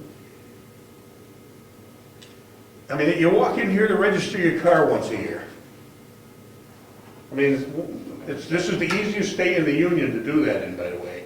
I spent between 4 and 6 hours getting my license renewed in Connecticut, up here between 4 and 6 minutes. It's unbelievable. So I'm saying that's not such a bad thing. You can't make them tear it down, but, Mr. Chair, yes.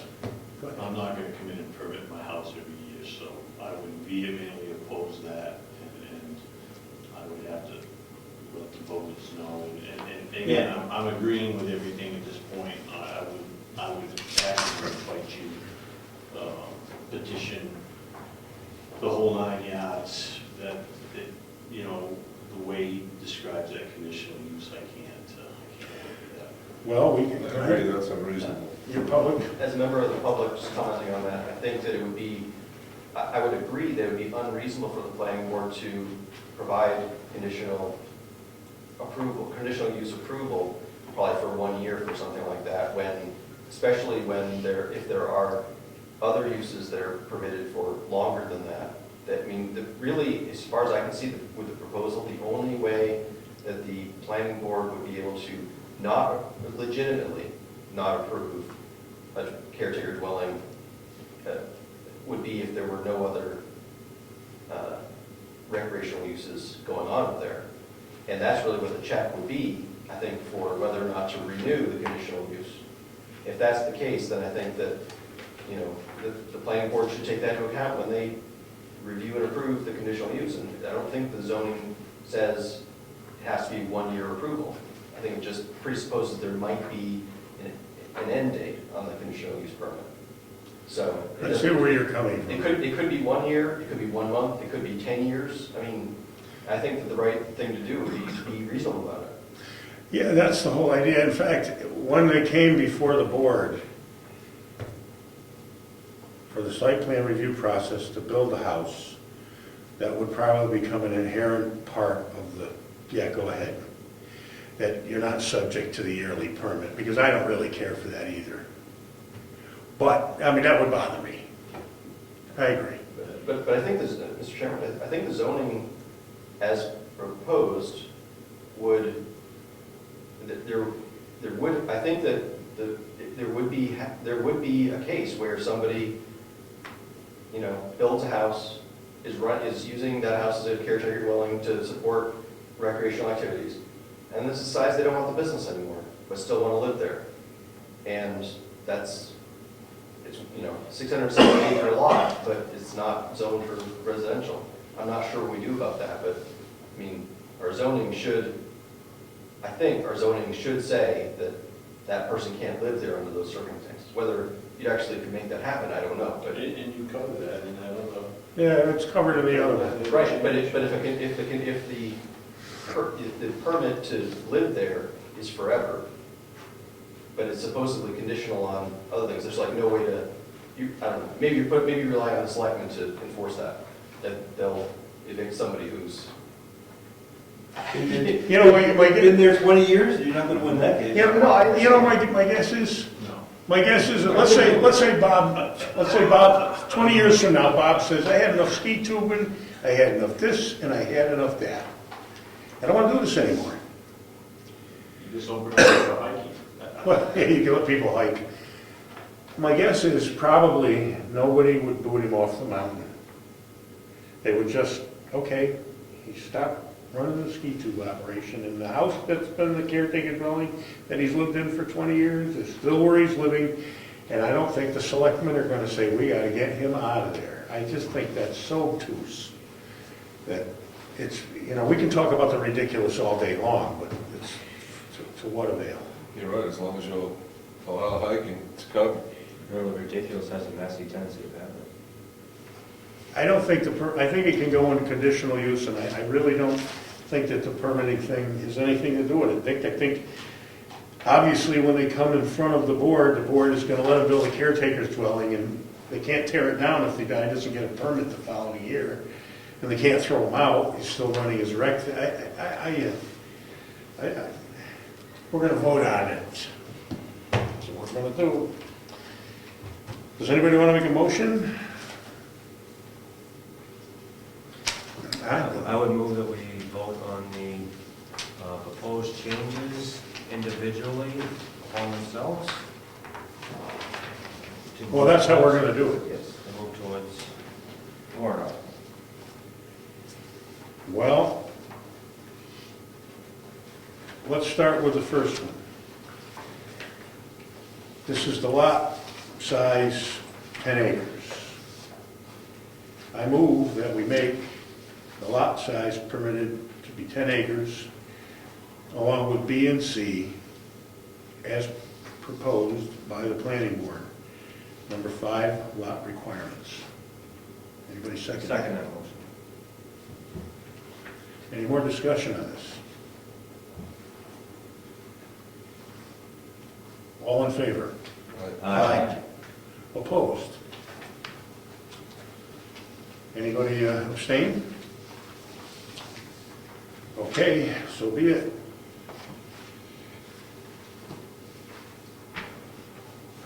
Okay, where's the other two here?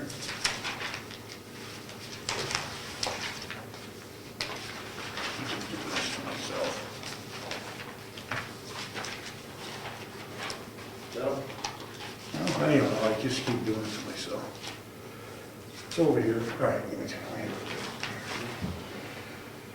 Okay, I'm going to do the second one, we'll do the controversial one. Caretaker's dwelling. A dwelling in the rec zone 1, the rec 1 zone, intended to provide a residence for a caretaker to actively oversee the recreational uses of the lot where the dwelling is located with the following restrictions. A, the caretaker dwelling must be clearly incidental. Secondary related to the active recreation of the property. No caretaker dwelling may be constructed or inhabited if there is no approved recreational use for the lot. No caretaker dwelling may be inhabited if all approved recreational uses cease for a period of 1 year. No more than one caretaker dwelling shall be allowed in any existing and newly subdivided lot regardless of the size of the lot.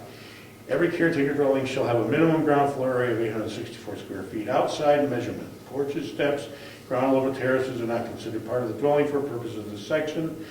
Accessory dwelling units are prohibited. Construction, change, and use or expansion related to caretaker dwelling requires site plan approval.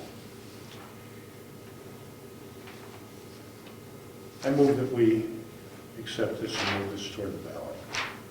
I'll second it. Any other discussion?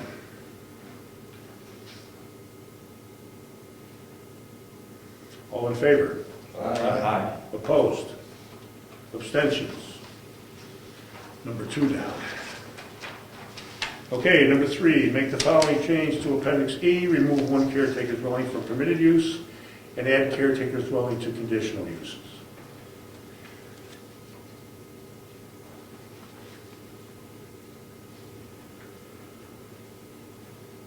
All in favor? Anybody want to make, anybody want to Make a motion. Yeah, that's what I mean. Anybody want to make, that's what I meant to say.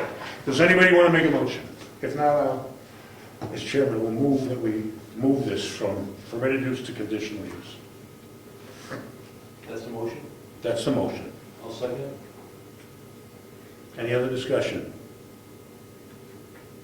All in favor? Aye. Aye. Opposed? Nay. Who's name? 1, 2, 3. Who's aye? 1, 2, 3. We have a tie. Motion fails. A tie does not Motion carry. fails. Huh? A Does tie not carry. Does not carry. Okay. So this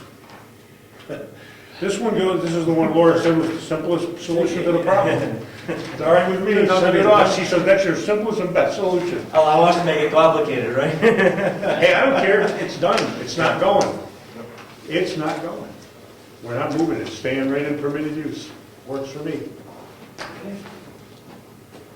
We're done with it. Oh, any abstentions?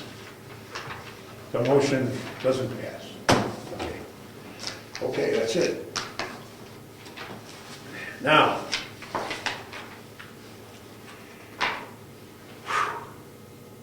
take a breather. We've done deliberating, and we voted. Let's put all this, pack all this stuff up with me. Mr. Chairman, are we done with those issues? Should I come back, unrecuse myself now? You can unrecuse yourself. We're going to do a document cleanup, Rob Comeau. Mr. Bordeaux wanted to add something. Yeah, Bob, go ahead. Let's do this first. Huh? Quick other business item. I have a client, a customer that wants to have a wedding in Moose, and he wants to have it inside and outside. Currently, my New Hampshire liquor license only allows me to serve inside my building. Scott Ferguson, the local liquor inspector, has been out and viewed the site of the wedding, and he's fine allowing me to have liquor outside for that event, only with a letter from the town saying that it is okay. I don't know if that comes from the planning board or comes from the selectmen. It's similar to the letter that you had to send them in the first place so I could have liquor inside my building. They're the I think we can probably construct a letter and the selectman can sign it. Mr. Chair, for the usage, that would be purview of this, but for alcohol, it would be purview of the board of selectmen.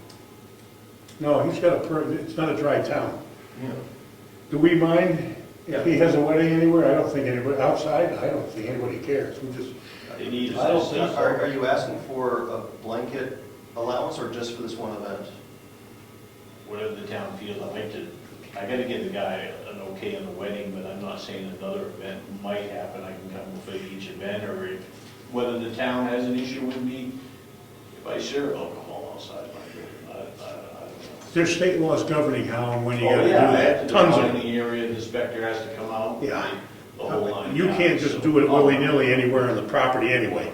I mean, that's just the way the state liquor laws operate. I'd give him a blanket. If he's gonna have weddings, why should he be stuck, and he wants to serve champagne on the deck out back with tables in the summertime, why should he have to come before us and ask us permission to do that every time he wants to do it?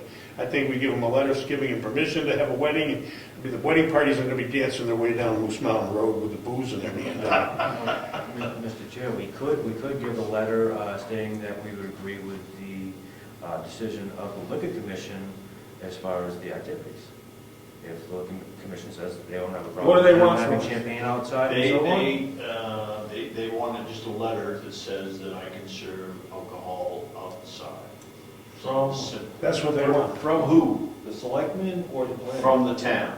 The town. You know, and it- Well, why don't we just It has draw to it be up? on Brookfield letterhead. The planning board draw it up, I'll sign it, you sign it, give it to Bob, no problem.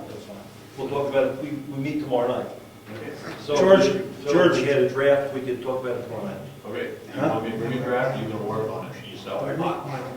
I'd like you to bring a draft to say what you wanted to say. I have a sewing machine club meeting, we only meet once a month, and it's like treasurer, I kinda gotta be there, so my night is conflicted, but maybe I can get my daughter to bring it. What do you want from him? He said, he asked me if we'd like him to propose a draft letter. I said, sure, Well, we probably should have him do that. why not? Have him write the letter that the town is issuing to the state now. Look as a draft for us to look at? Oh, I don't care, I don't think it's that complicated. I mean, Okay. George, Tomorrow night's our meeting. yeah, we can have it done by tomorrow night. When is this for? It's this spring, but the liquor inspector was out, just Yeah, last we can get it Thursday, for you. Friday, and inspected the areas. That's just, The town can make it's a real simple letter. Real. Yeah, we don't need him to go through that, give us a draft, we'll make something up. All right. We can do that. is the wedding, George writes great letters. He is the wedding does. a conditional use or permitted? We gotta pay him for an extra $1, but Is the wedding conditional or permitted? wedding is permitted. It's a restaurant. Right, I mean, my feeling was that the alcohol would go with any permitted thing, and then Yeah. if it was a non-permitted use, I'd have to come with the conditional permission anyways, but. If the state is going to allow you to do something, and it's not a dry town, I don't see how the town really could stand in your way because, on a matter of druthers. If you were to go down and dance in the street with the booze, the state's got the right to shut you down. So, if you're not gonna be doing anything up there, the town's gonna resent. Mr. Chair? 87% of the people voted to make this a wet town. I can't imagine less than 87% arguing about whether you get to be wet outside or in. Should the board, the planning board, take a vote and send it to the selectmen to know our decision on it so that they can make their decision? No. Would that be advisable? I don't think so. I suppose. Hey, I make a motion that we write a letter to give to the selectmen by tomorrow night, giving Moose Mountain the ability to have alcoholic beverages outside during weddings and functions. Second. Any discussion? Yes. Shouldn't the selectmen just write a letter to the liquor commission saying that it's okay to use the alcohol during the wedding? It probably be, Within the it actually parameters of probably the liquor should, commission? it should probably actually come from the planning board, believe it or not. No, I thought Because it would that's come where you from the would go. enforcers. Huh? I thought it would come from the enforcers. No, because it would probably come from the plan, not that I want the privilege of doing this, but the planning board is usually the people that do site plan reviews and determine what's kosher and not kosher. And the selectmen, if something's not kosher, the selectmen enforce it. This way we cover all the bases.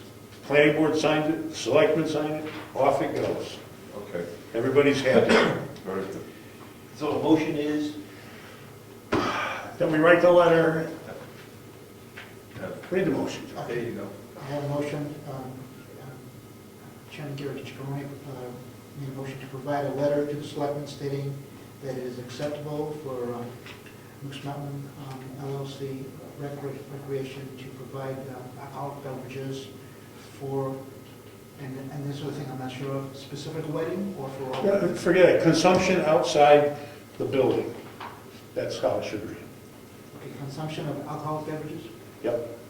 Within the parameters of the liquor commission. We have no right to enforce any of that. It's automatically going to be under the parameters of the state law. He has no choice. They can shut him down and strip him of his license. We don't have to worry about that too much. I still need clarification. Are we stating a specific event or just leaving general? I just give it to him as a blanket because No expiration date. No expiration date. He can just, if he's gonna have a wedding up there, which he can have anytime he wants to have a wedding, they wanna sit on the terrace out there and have a glass of champagne, they can do it. He doesn't have to come for us to get permission to drink champagne. I don't see any reason to have them do that. Call the question. You got it all? I just want to also clarify concerning what Mr. Charette suggested, and that was, he was suggesting that this be advisory only depending on what the alcohol commission stated. Is that what you're saying? Or That's what I said, the chairman doesn't seem to think that's necessary, so I go along with that. okay, thank you. Okay, all in favor? Aye. Opposed? Abstentions? Yes. We'll close that tomorrow night. Yes, that's good. No, Richard abstained. But thank you for your time. I'll see you in the spring. Yep. All right. Okay. Good night, Bob. Yep. Good night. Okay. I'm glad this job isn't like speed. Okay, let me go back to the, So, let's clean up. pardon me? Cleanup. Yeah, we're gonna do cleanup now. Let me get all that paperwork right in front of me. It's right here, I got it, it's highlighted. I just gotta find it, I mix it all, okay. No, that's not it.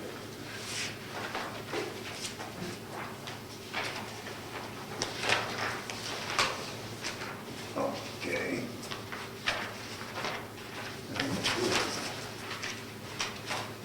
George, this be yours, I don't need it anymore. Okay, here it is. Got it. Yeah, there's a bunch of stuff here that we should talk about.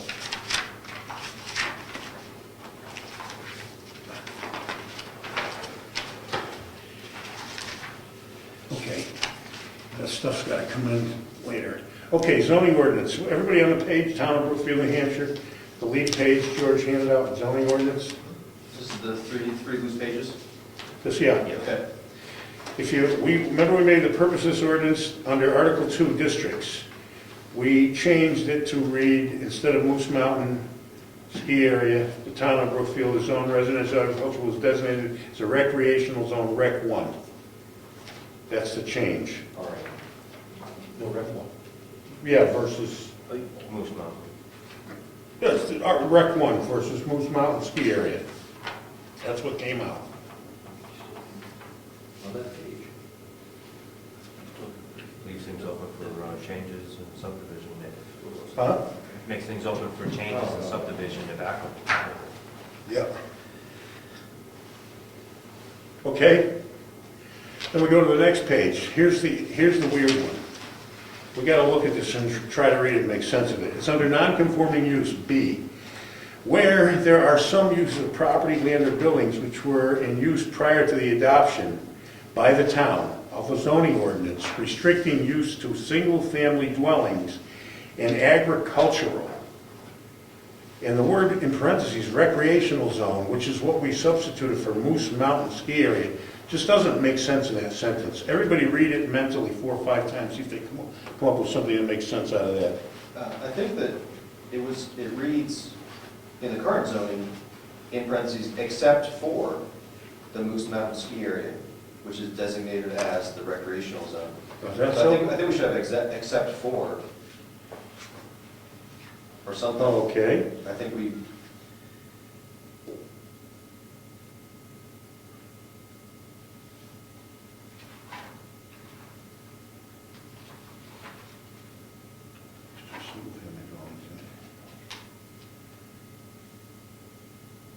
Just take rec zone out. It reads better than except for. Yeah, except for the recreational zone. Just take rec zone out.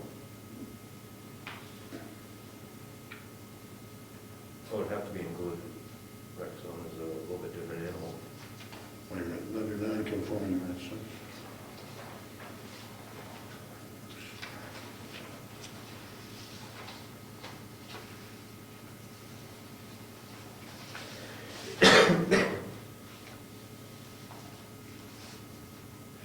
Well, I should look at the original B.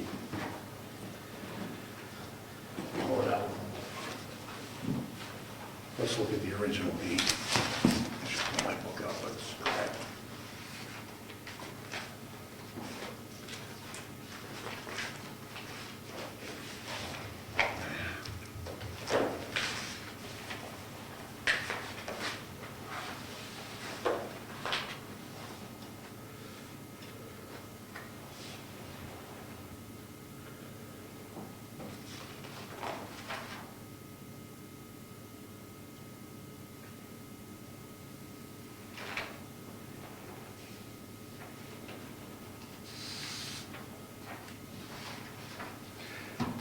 Yeah, you're right.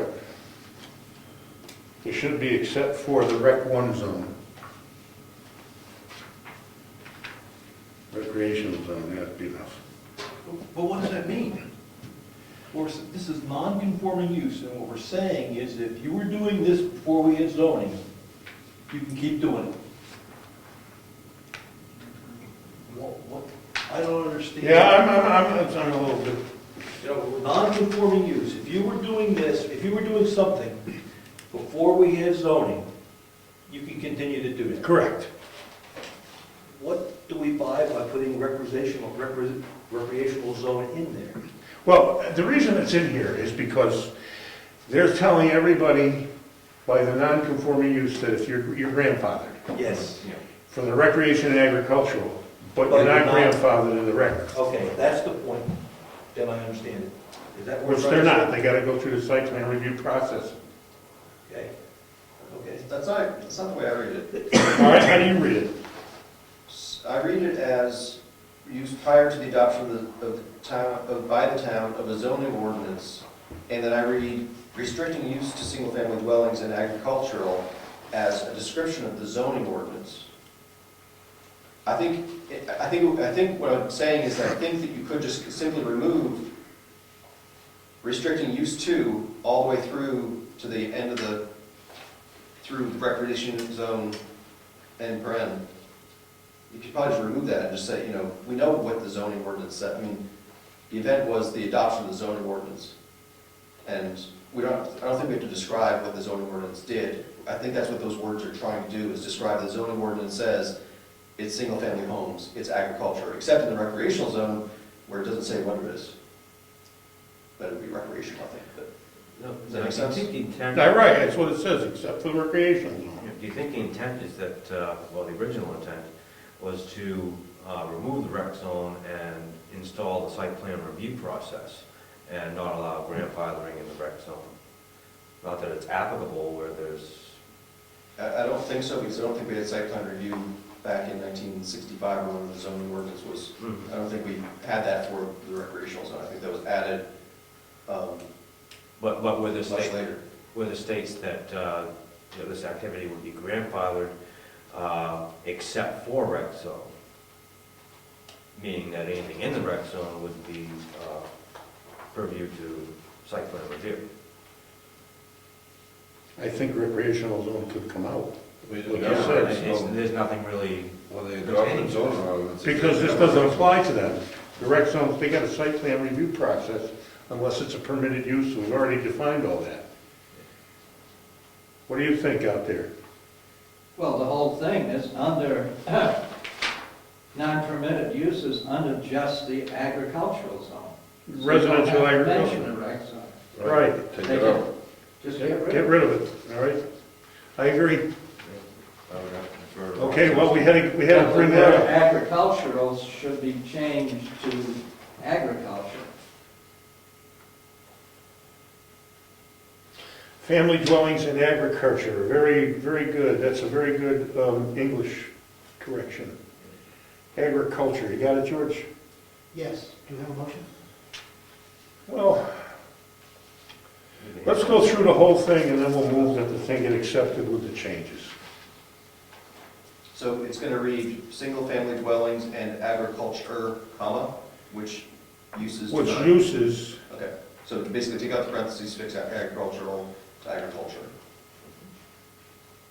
Take out the stuff that's in the parentheses. yeah, Okay, looks good to me. okay. The next one, this one is the one, you mentioned about this, Rob, so I did a little research. Appendix A. Rec 1 zone boundaries, town map, there should be no word PG in there. It should be map 30, lot 2.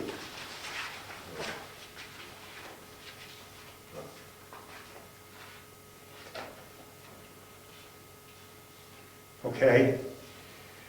Now, here's the issue. Rec zone boundaries are not all on map 30. There's a bunch of them on all these different maps. I have a list of them here. We went to the book. 30, 29, okay, 14, 15, 30, 31, 29, 35, and 36. All those maps have rec zone boundaries on it. And if you're going to state rec zone 1 boundaries, town tax map, and you're going to give them a tax map, 30 is inaccurate.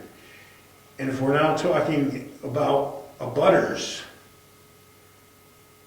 and the differences that may come along, like the Nason thing, where there's a lot line change and now Nason owns a piece of the mountain, this could happen 5 times up there or in different places, then you really either have to get Rec 1 zone boundaries and leave that alone and put down appropriate tax map and page numbers and lot numbers, etc., or list all these, pay all the town tax maps, no lots. I mean, we gotta come up with something, but this is not accurate. Mr. Chairman, I suggest we just strike what's in the parentheses there. So that line would read Rec 1 zone boundaries. I think so. Nobody in town should have trouble finding the rec zone on either in the real world or on the maps. Yep. So, Well, that's why that should go, because it isn't, it's on all those different maps. That What do makes you think? sense. And leave the description, Leave everything, tape and compass description, yeah, leave everything else alone. Yeah. works with me. Just get rid of the town tax map, because that's inaccurate. All right? We're gonna strike that, George, you got it? That's all I've got. Anybody see anything else in there for cleanup? Now, is Tricky Road actually referenced in a historical map? All right, where's this? Huh? On this here, Appendix A, Moose Mountain, so-called, also known as Tricky Road. Is Tricky Road actually referenced in an archived map? Is it? You know, it was probably Tricky Road before it became Moose Mountain Road. No. Yeah. What was it? There is a tricky road. Oh, where is it? It runs between Hanson Road and Woodman Hill Road. Oh, I think I know. It's dirt. It's dirt. Uh-huh. Just that Close little to gates piece, and bars, yes, that's Tricky Road? yes. So, I know where that is. That's cool. Ask the guy that's been around the longest. Ask Well, the guy you that want to know knows. anything that happens in town from No. whenever? So, I'm the last to know what happens. All right, I move that we change these are they our working documents, aren't they? No. They're not. I move these become working documents. Do they have to become one? Yes. Second. All in favor? Aye. Aye. Opposed? Abstentions? Good. I move that these working documents reflect the corrections that we just made in the 3 pages. Second. Any discussion? All in favor? Aye. Opposed? No. No, okay, no opposition. I got it. I didn't know. How many votes do you get on this one? Abstentions. Any abstentions? Okay, that's done. So Mr. Chairman, is your intent that we would hold on to these changes until we see if we're going to have changes in March based on the ballot? Or is your intent to move forward with these changes and get the... We're going to move forward with it, but I wanted to give them the formality of becoming a working document first. My question is, are you going to... There's a process where we have to certify Yes. this, get it signed by Virginia. You want to do that now, and then again in March if we have more changes that get voted on? Or you just want to hold these until March and do it once? Let's just do it once. George, keep this in the file. Yeah, That yeah, was just, going to be my recommendation. just- yeah, just wait and see what else we come up with before then. And we can keep zoning ordinance cleanup on old business, and just skip it. I think it's relevant. Okay. I'll go for that. Well, we got a couple other things here. Ah, Hey Dick, I got a question for you on roads. Since you've been around so long. Down off Governor's Road, where the houses that burnt down up in the woods there, kind of almost across from David's house. There's a drive that goes up there. Is that a class 6 road? Or was that drive put in? It's a driveway. That was put in? It's a driveway. It's not listed as a class 6 road. Well, I know it's not listed, but if you go up that driveway, it continues up past the house on a well-made road with stone culverts and bridges, all the way up to an intersection where Sawyer Homestead was, and then the road continues It's probably a all the private way up road. to, Moose Mountain. It's probably a private road. Well built. That's one of the, I thought it might have been a class 6 road we missed.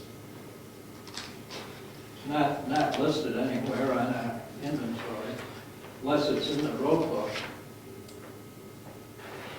Yeah, just wondering how the Sawyer Homestead was accessed. There's another access up to that road or not? This is across from Gaber. Yeah, well, closer to where we are now, Yeah. there's a road that goes up. I have a letter. You finished? Where you guys are? I'm done. Okay. I got a letter here from Laura, an email rather. I have finally had a chance to review the zoning ordinance and have many, many changes to suggest, some small, some large. I think we should begin with a meeting with the planning board and look at this as a project to take in the next year for the 2015 meeting. Obviously, we're never going to get it done this year, which I'm good with. And I don't mean next meeting either. Just, get into the next, go after the town meeting and the March meeting, as that's what we're going to elect officers and all that business, and it'll be somebody else's project. I really want to spend next month, I have a bunch of stuff, I'm waiting for CIP, I gotta get Peter. How do you light fires on it, people? Use gasoline, or what's the deal? Yeah, we're working on I was the trying to town, like it. we're working on the town report, we can't get input. I got this book, and I'm trying to get information into it. Gary, That have was you nice. written your thing for the town report yet? For the planning board? I'm just guessing that somebody's trying to light a fire under you right now. He got it, he understood. And it's a challenge, we don't pay a lot. I know it. Well, anyway, so that's what we're gonna do next meeting. We're gonna put this together and at least have a presentation for the selectmen. And we might wind up with 2 meetings in February, we'll see. So that's what Laura sent me. And I think it's a good idea to have her come and sit down with us and go through the zoning ordinance and, yes. Are you going to have her formulate the wording for the warrant articles? What we passed tonight will be Yep. warrant articles, correct? Yes. March. She did it last year, I'll have her She do it gonna this the year. wording? Okay, Absolutely. so we're looking at what, 3? 2. 2, One did not pass. remember? Okay. You voted against it. You were one of the 3. No, I'm doing the math here, I'm looking at some other things, I guess. Okay.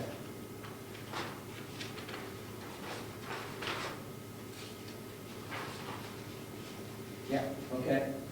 That and this, and, we're giving this selectmen the CIP. Anyway, what we can, I mean, it's pretty hard. We can't give them the schoolhouse because it's in flux. We can't give them the townhouse because it's just tons of controversy about that in terms of how it gets saved and how it doesn't get saved. So you gotta come up with a battle plan before you can project a course of action. You gotta come up with a course of action before you can project a course of action. We can't do that easily, you know. So the schoolhouse is underway. We have a projection there. The roads, I apologize for not making the road meeting. I gotta apologize to Brian. But that's something else. So, that's it. Those two ordinances in the CIP, and I have a bunch of stuff to turn over to you guys, but that'll be at that time. Now, George put this together. This is something for the archivist. Anybody want to look at it? I'll pass it around. This has to do with our, They should have a copy, Mr. Chairman. pardon me? They should have a copy, Mr. Chairman. Oh, you got a copy, okay.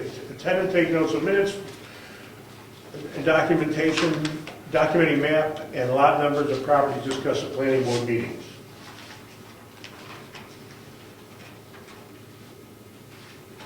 And the annual planning board minutes verification document, George drew this up, which shall be presented to the archivist for the purpose of verifying the archiving of all minutes, signed by the administrative assistant and the archivist.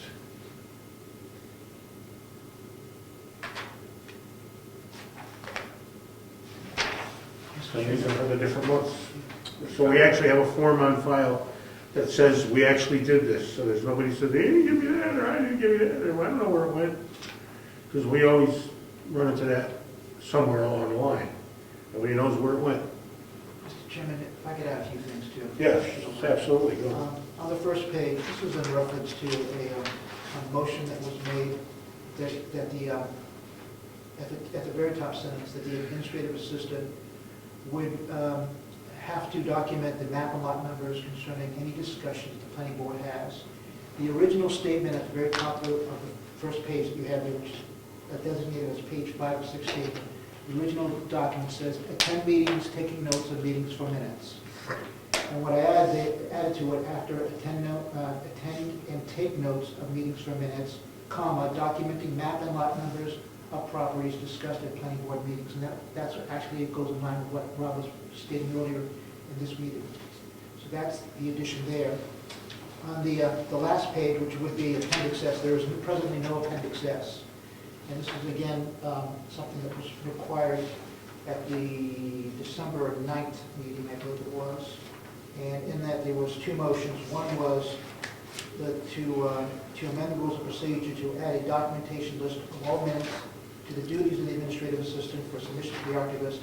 And the second motion, which coincided with that, said that the administrative assistant would provide those guidelines.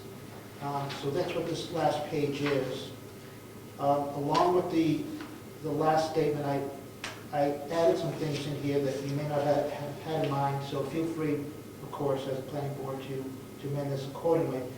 But I felt like that if there was a discrepancy, assuming that there is a discrepancy in the future, that the administrative assistant or any future administrative assistant should not be able to willy-nilly provide a document that has not been proven that this is part of the minutes.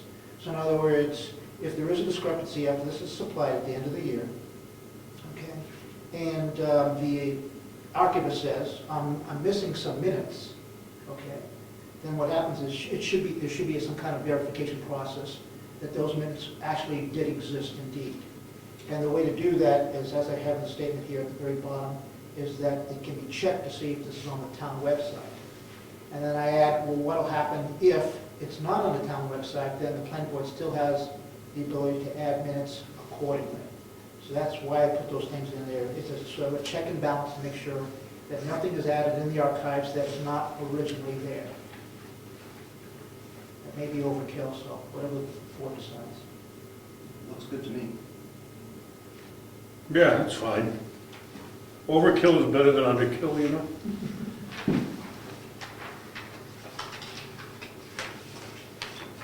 Good job, George. So, Mr. Chairman, Our rules of procedure on page 16 of 16 amendments, this is section 20. Yep.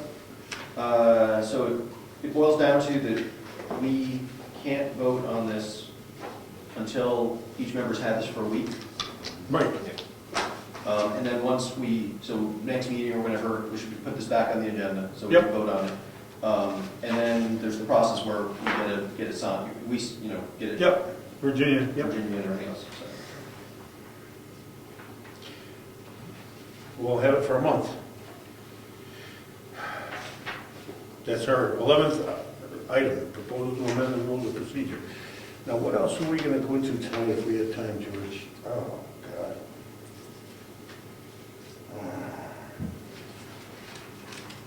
Mr. Chairman, I have a question. Yes, shoot. George, it says, these same documents should be filed with the Stratford Regional Planning Commission and the Brookfield Town Council. Is that in the RSA, that it has to be filed with the Stratford Regional Planning Commission? We're right, we're, 6.4 miscellaneous, 6.4. second dot. I can't remember if, yeah, let's see, I can't remember if the RSA's require the rules of procedure. I'm almost positive it does. For sure it does require the zoning ordinance. That they are filed. And yes, in the past, we have been sending both the rules of procedure and the zoning ordinance. By RSA or by choice?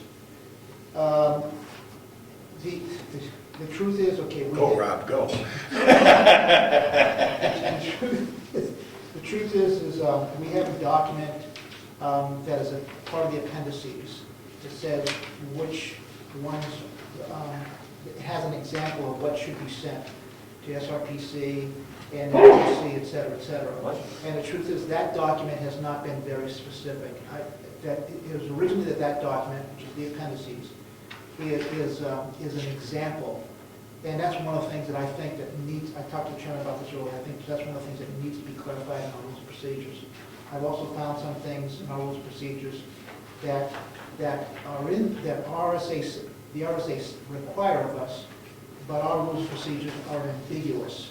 And I'm talking about specifically as far as the duties of the administrative assistant, that at times it makes it hard. And so the administrative assistant and the chairman have conversed about an issue that already happened earlier this year, and there has been a discrepancy in the past, some kind of thing that had happened where the RSA wasn't followed to the letter. I know that that's a lot of things that I shared with you, and that's not quite what you have, but there is some ambiguity in there. I agree with you.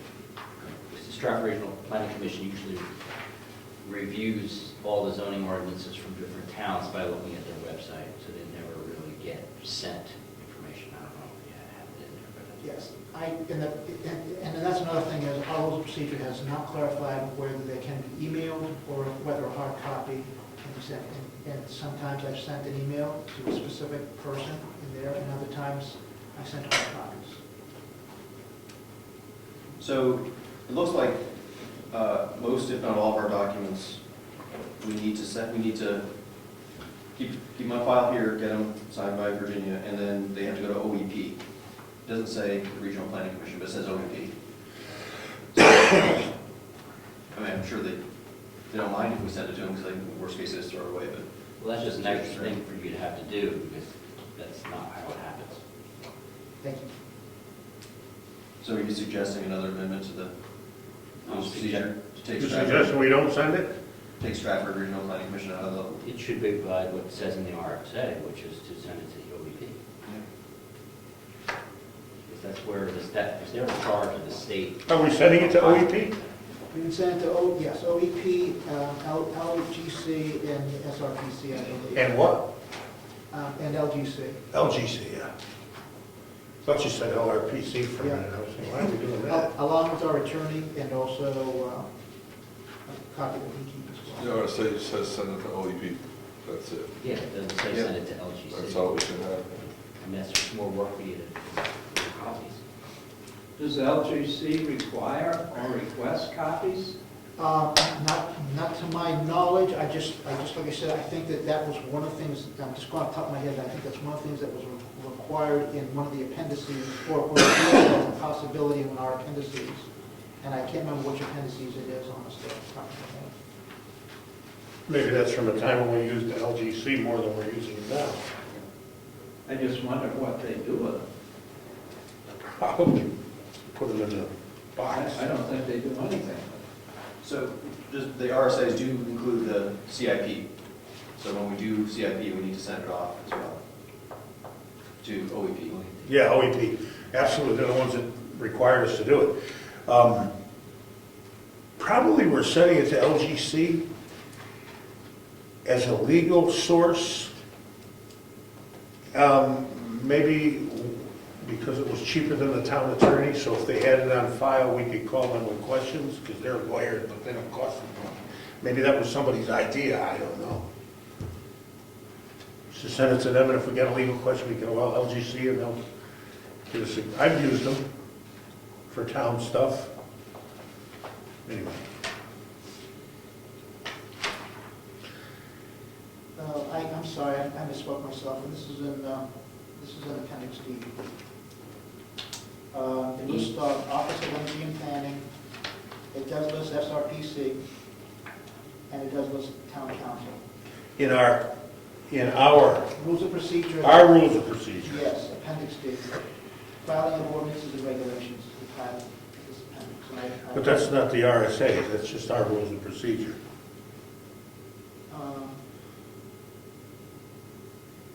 Well, it actually says, as a subheading, this probably goes in with what you're saying, but it actually says locations, planning board should submit revised planning ordinances and regulations.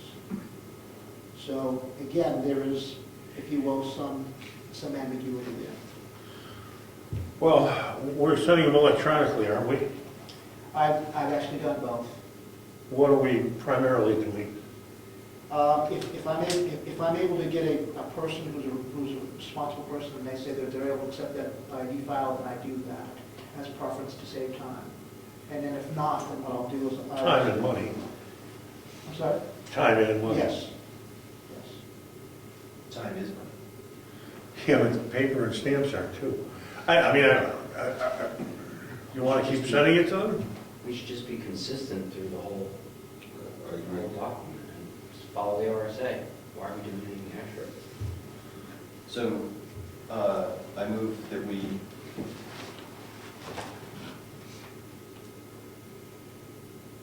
I'll wait for George to catch up. Caught him off guard. I move that we remove the sentence, these same documents should be filed with Stratford Regional Planning Commission. I'm sorry, George. It says, currently says, these same documents should be filed with the Stratford Regional Planning Commission and the Brookfield Town Council.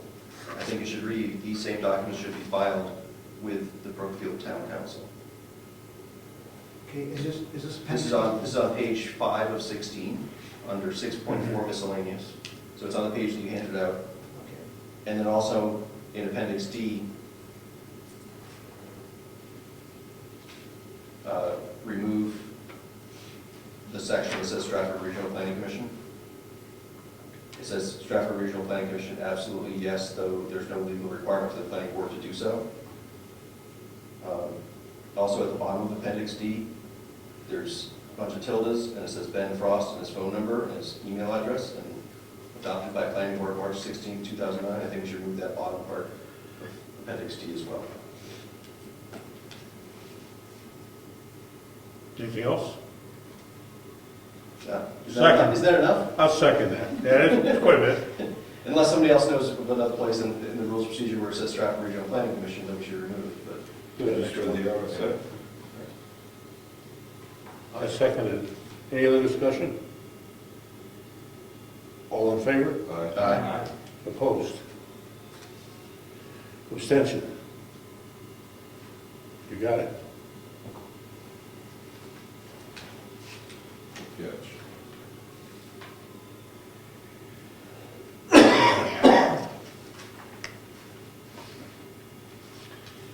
That's pretty much it. We amended the rules of procedure. Anybody else have anything? So, Mr. Chairman, just this change that for this motion, George needs to be on the agenda for next meeting. George can give us a copy, or unless he emails a copy in the meantime. Yes, that's what I was, yeah, he Okay. needs to email it to us. So So we have it in so- our hand for 10 days. Right, and so then it'll be, you'll have it on the agenda for next meeting and we can. Yep. Okay. Would you do that? Yes. Move to adjourn? Second. Meeting adjourned. No member comments? Well, member comments. We can do I don't that. have anything. Okay. Thank you. I thought you were commenting. Well, All actually, right. I do have a real quick comment. All right, go for it. There is legislation that is going to be heard in the Committee on Municipal and County Government. It's House Bill 1573 FM, and it's an act discontinuing regional planning commissions and requiring the election of municipal planning board members. That's because throughout the state, there are appointed planning boards. They're not all elected, and there's been problems with that. Problems Thursday, right? Thursday, yeah. That's when the committee hearing is. That's when they'll ask for testimony about the support or having not support of this bill. I think I'm going to go to that. And if you'd like to see it, it's here. And please, if you I have. have any testimony, or I don't even know, is it appropriate as a board to compile a letter, or is that something that doesn't usually happen on a board? No, we've done that before. For what? To say you're for or against legislation, is that against the rules for municipal boards? Well, the citizens. I don't know what it means. I mean, everybody has a personal opinion, and if everybody on the board agrees, then I imagine you could send that from the board as an entity. But if there were disagreements among board members, I don't think that the board should proffer political opinions or agenda opinions if it's not unanimous. Otherwise, it's not fair to because it doesn't represent the entire board. I think everybody here would might conceivably be unanimous on that particular subject, but Well, the thing is, it might not reflect the opinions of every citizen. no, it just reflects the people on the planning board, their opinion of something. Well, if anybody would like to testify, or even write a letter in support or not support of the bill, it would be helpful. Oh, I'll testify. Just saying. I get off on that kind of The stuff. reason why it's important is because there's, it's a bill about planning, especially municipal planning boards. Now, did we ever have an appointed board here, or was it always elected? Always elected, wasn't it? As far as I know, it was always elected. Well, there are towns that appoint, Right. and they're having some problems with appointed people because the citizens cannot get them unelected. Yeah, this is pretty fascinating right here. I would love to go listen to this, see what comes of it. I don't know if I want to talk, but Does this just come up in the session, Lieutenant? This is a committee hearing. When a bill starts, it starts out as an LSR, which is a legislative service request. It then becomes a bill, it's given a number, and then it has to go to a committee hearing. This, because it's about planning, would go to municipal county government committee. And then there's several people that are on the committee, they're state reps, and then they ask for testimony, and we'll ask questions about, somebody from the RPCs will be there representing, there'll be somebody there representing the RPCs, they'll be asking them questions, and then there'll be testimony from the public, and the representatives that sponsored the bill making their point. It's really fascinating if you've never seen it before. It's pretty interesting. I would like to go. Anybody else? I'll Well- drive. The election of municipal planning boards is one topic, but the discontinuing of regional planning commissions is really an overriding question. That's really important. Yes. Discontinuing of regional planning commissions, those are provided for in all the land use rules and laws. But they're not elected people. No, they're appointed by the state. What's going to replace it? This is the question. I have an answer for you. I know what the answer is. One board. The answer is, most of what the RPC does is transportation issues with the federal government. New Hampshire DOT is already structured to take care of all of those things. Right now, there's a rift between New Hampshire DOT and the RPCs, because the RPCs continue to go to the feds for money to put bike shoulders in instead of fixing the roads. And they often have problems with that. There's money that goes to other things that the DOT would like to use that money for, so there's always an issue with that. The DOT, New Hampshire DOT is set up to handle that federal component of transportation that the RPCs do now. Also, New Hampshire DOT did not have the authority like the RPCs do. It's just automatically, under their own authority, just go to the federal government for any grant or anything else without any oversight. That would be one. Everything else, the OEP is already set up and already admitted, and will be there on Thursday, to say that they can handle all the other planning issues that all the 9 RPCs do under their direction. The OEP and the New Hampshire DOT is apolitical. They're professional organizations, and they stay out of politics. The Regional Planning Commission has become very political, and it has issues that way. And there's Looking at the sponsors, starting out with Ms. Cormier from Alton, it seems to me that this is, in effect, if it passes, will kill New Hampshire futures. Do you mean the Granite State future? Right, Granite State. It will not, because... Well, how can that go forward without regional planning boards? Well, if you read the bill all the way through, it states that all contracts that have already been started have to go through. Contracts are contracts, so that would have to follow through. But that money's already been used up. The Granite State future is already in place. It's already in, or going to be worked into the regional master plan. But how can it go forward? It has to, because the bill states that any contracts that were started must be finished. Yes, but contracts are limited. After those contracts expire, how can that program go forward? It will die in the vine. I hope so. Well, I hate to tell you this, but it won't die in the vine, because everything the Granite State Futures has worked into our planning and zoning is going to stay unless somebody forcibly removes it. So it's there. They're already using the Granite State Future structure or framework to do the federal transportation stuff right now. They're using that. And all because of the federal Fair Housing Act. The RPCs were originally created earlier than '69 because, no, in '69 because of the federal Fair Housing Act. I didn't know that. I found that out recently. It was never really designed to incorporate all this HUD, EPA, and the US DOT stuff. It wasn't really designed for that. It was originally only for fair housing. Part of the war on poverty, What year was that? 69. Same That was time. 65, wasn't it? Huh? Wasn't it 65 when he did that with the war on poverty? 50 years ago? How come we got more poverty now? We had a war on it, I'd like to know. But really, those questions are very valid. Those are the type of questions. Planning boards. Those are the type of questions that the committee is going to have too. What are you going to put in its place? We're adjourned. If we can stay and talk about this, we're adjourned. Mr. Lavender is on the committee. Yes, he is. Yeah. Is the man.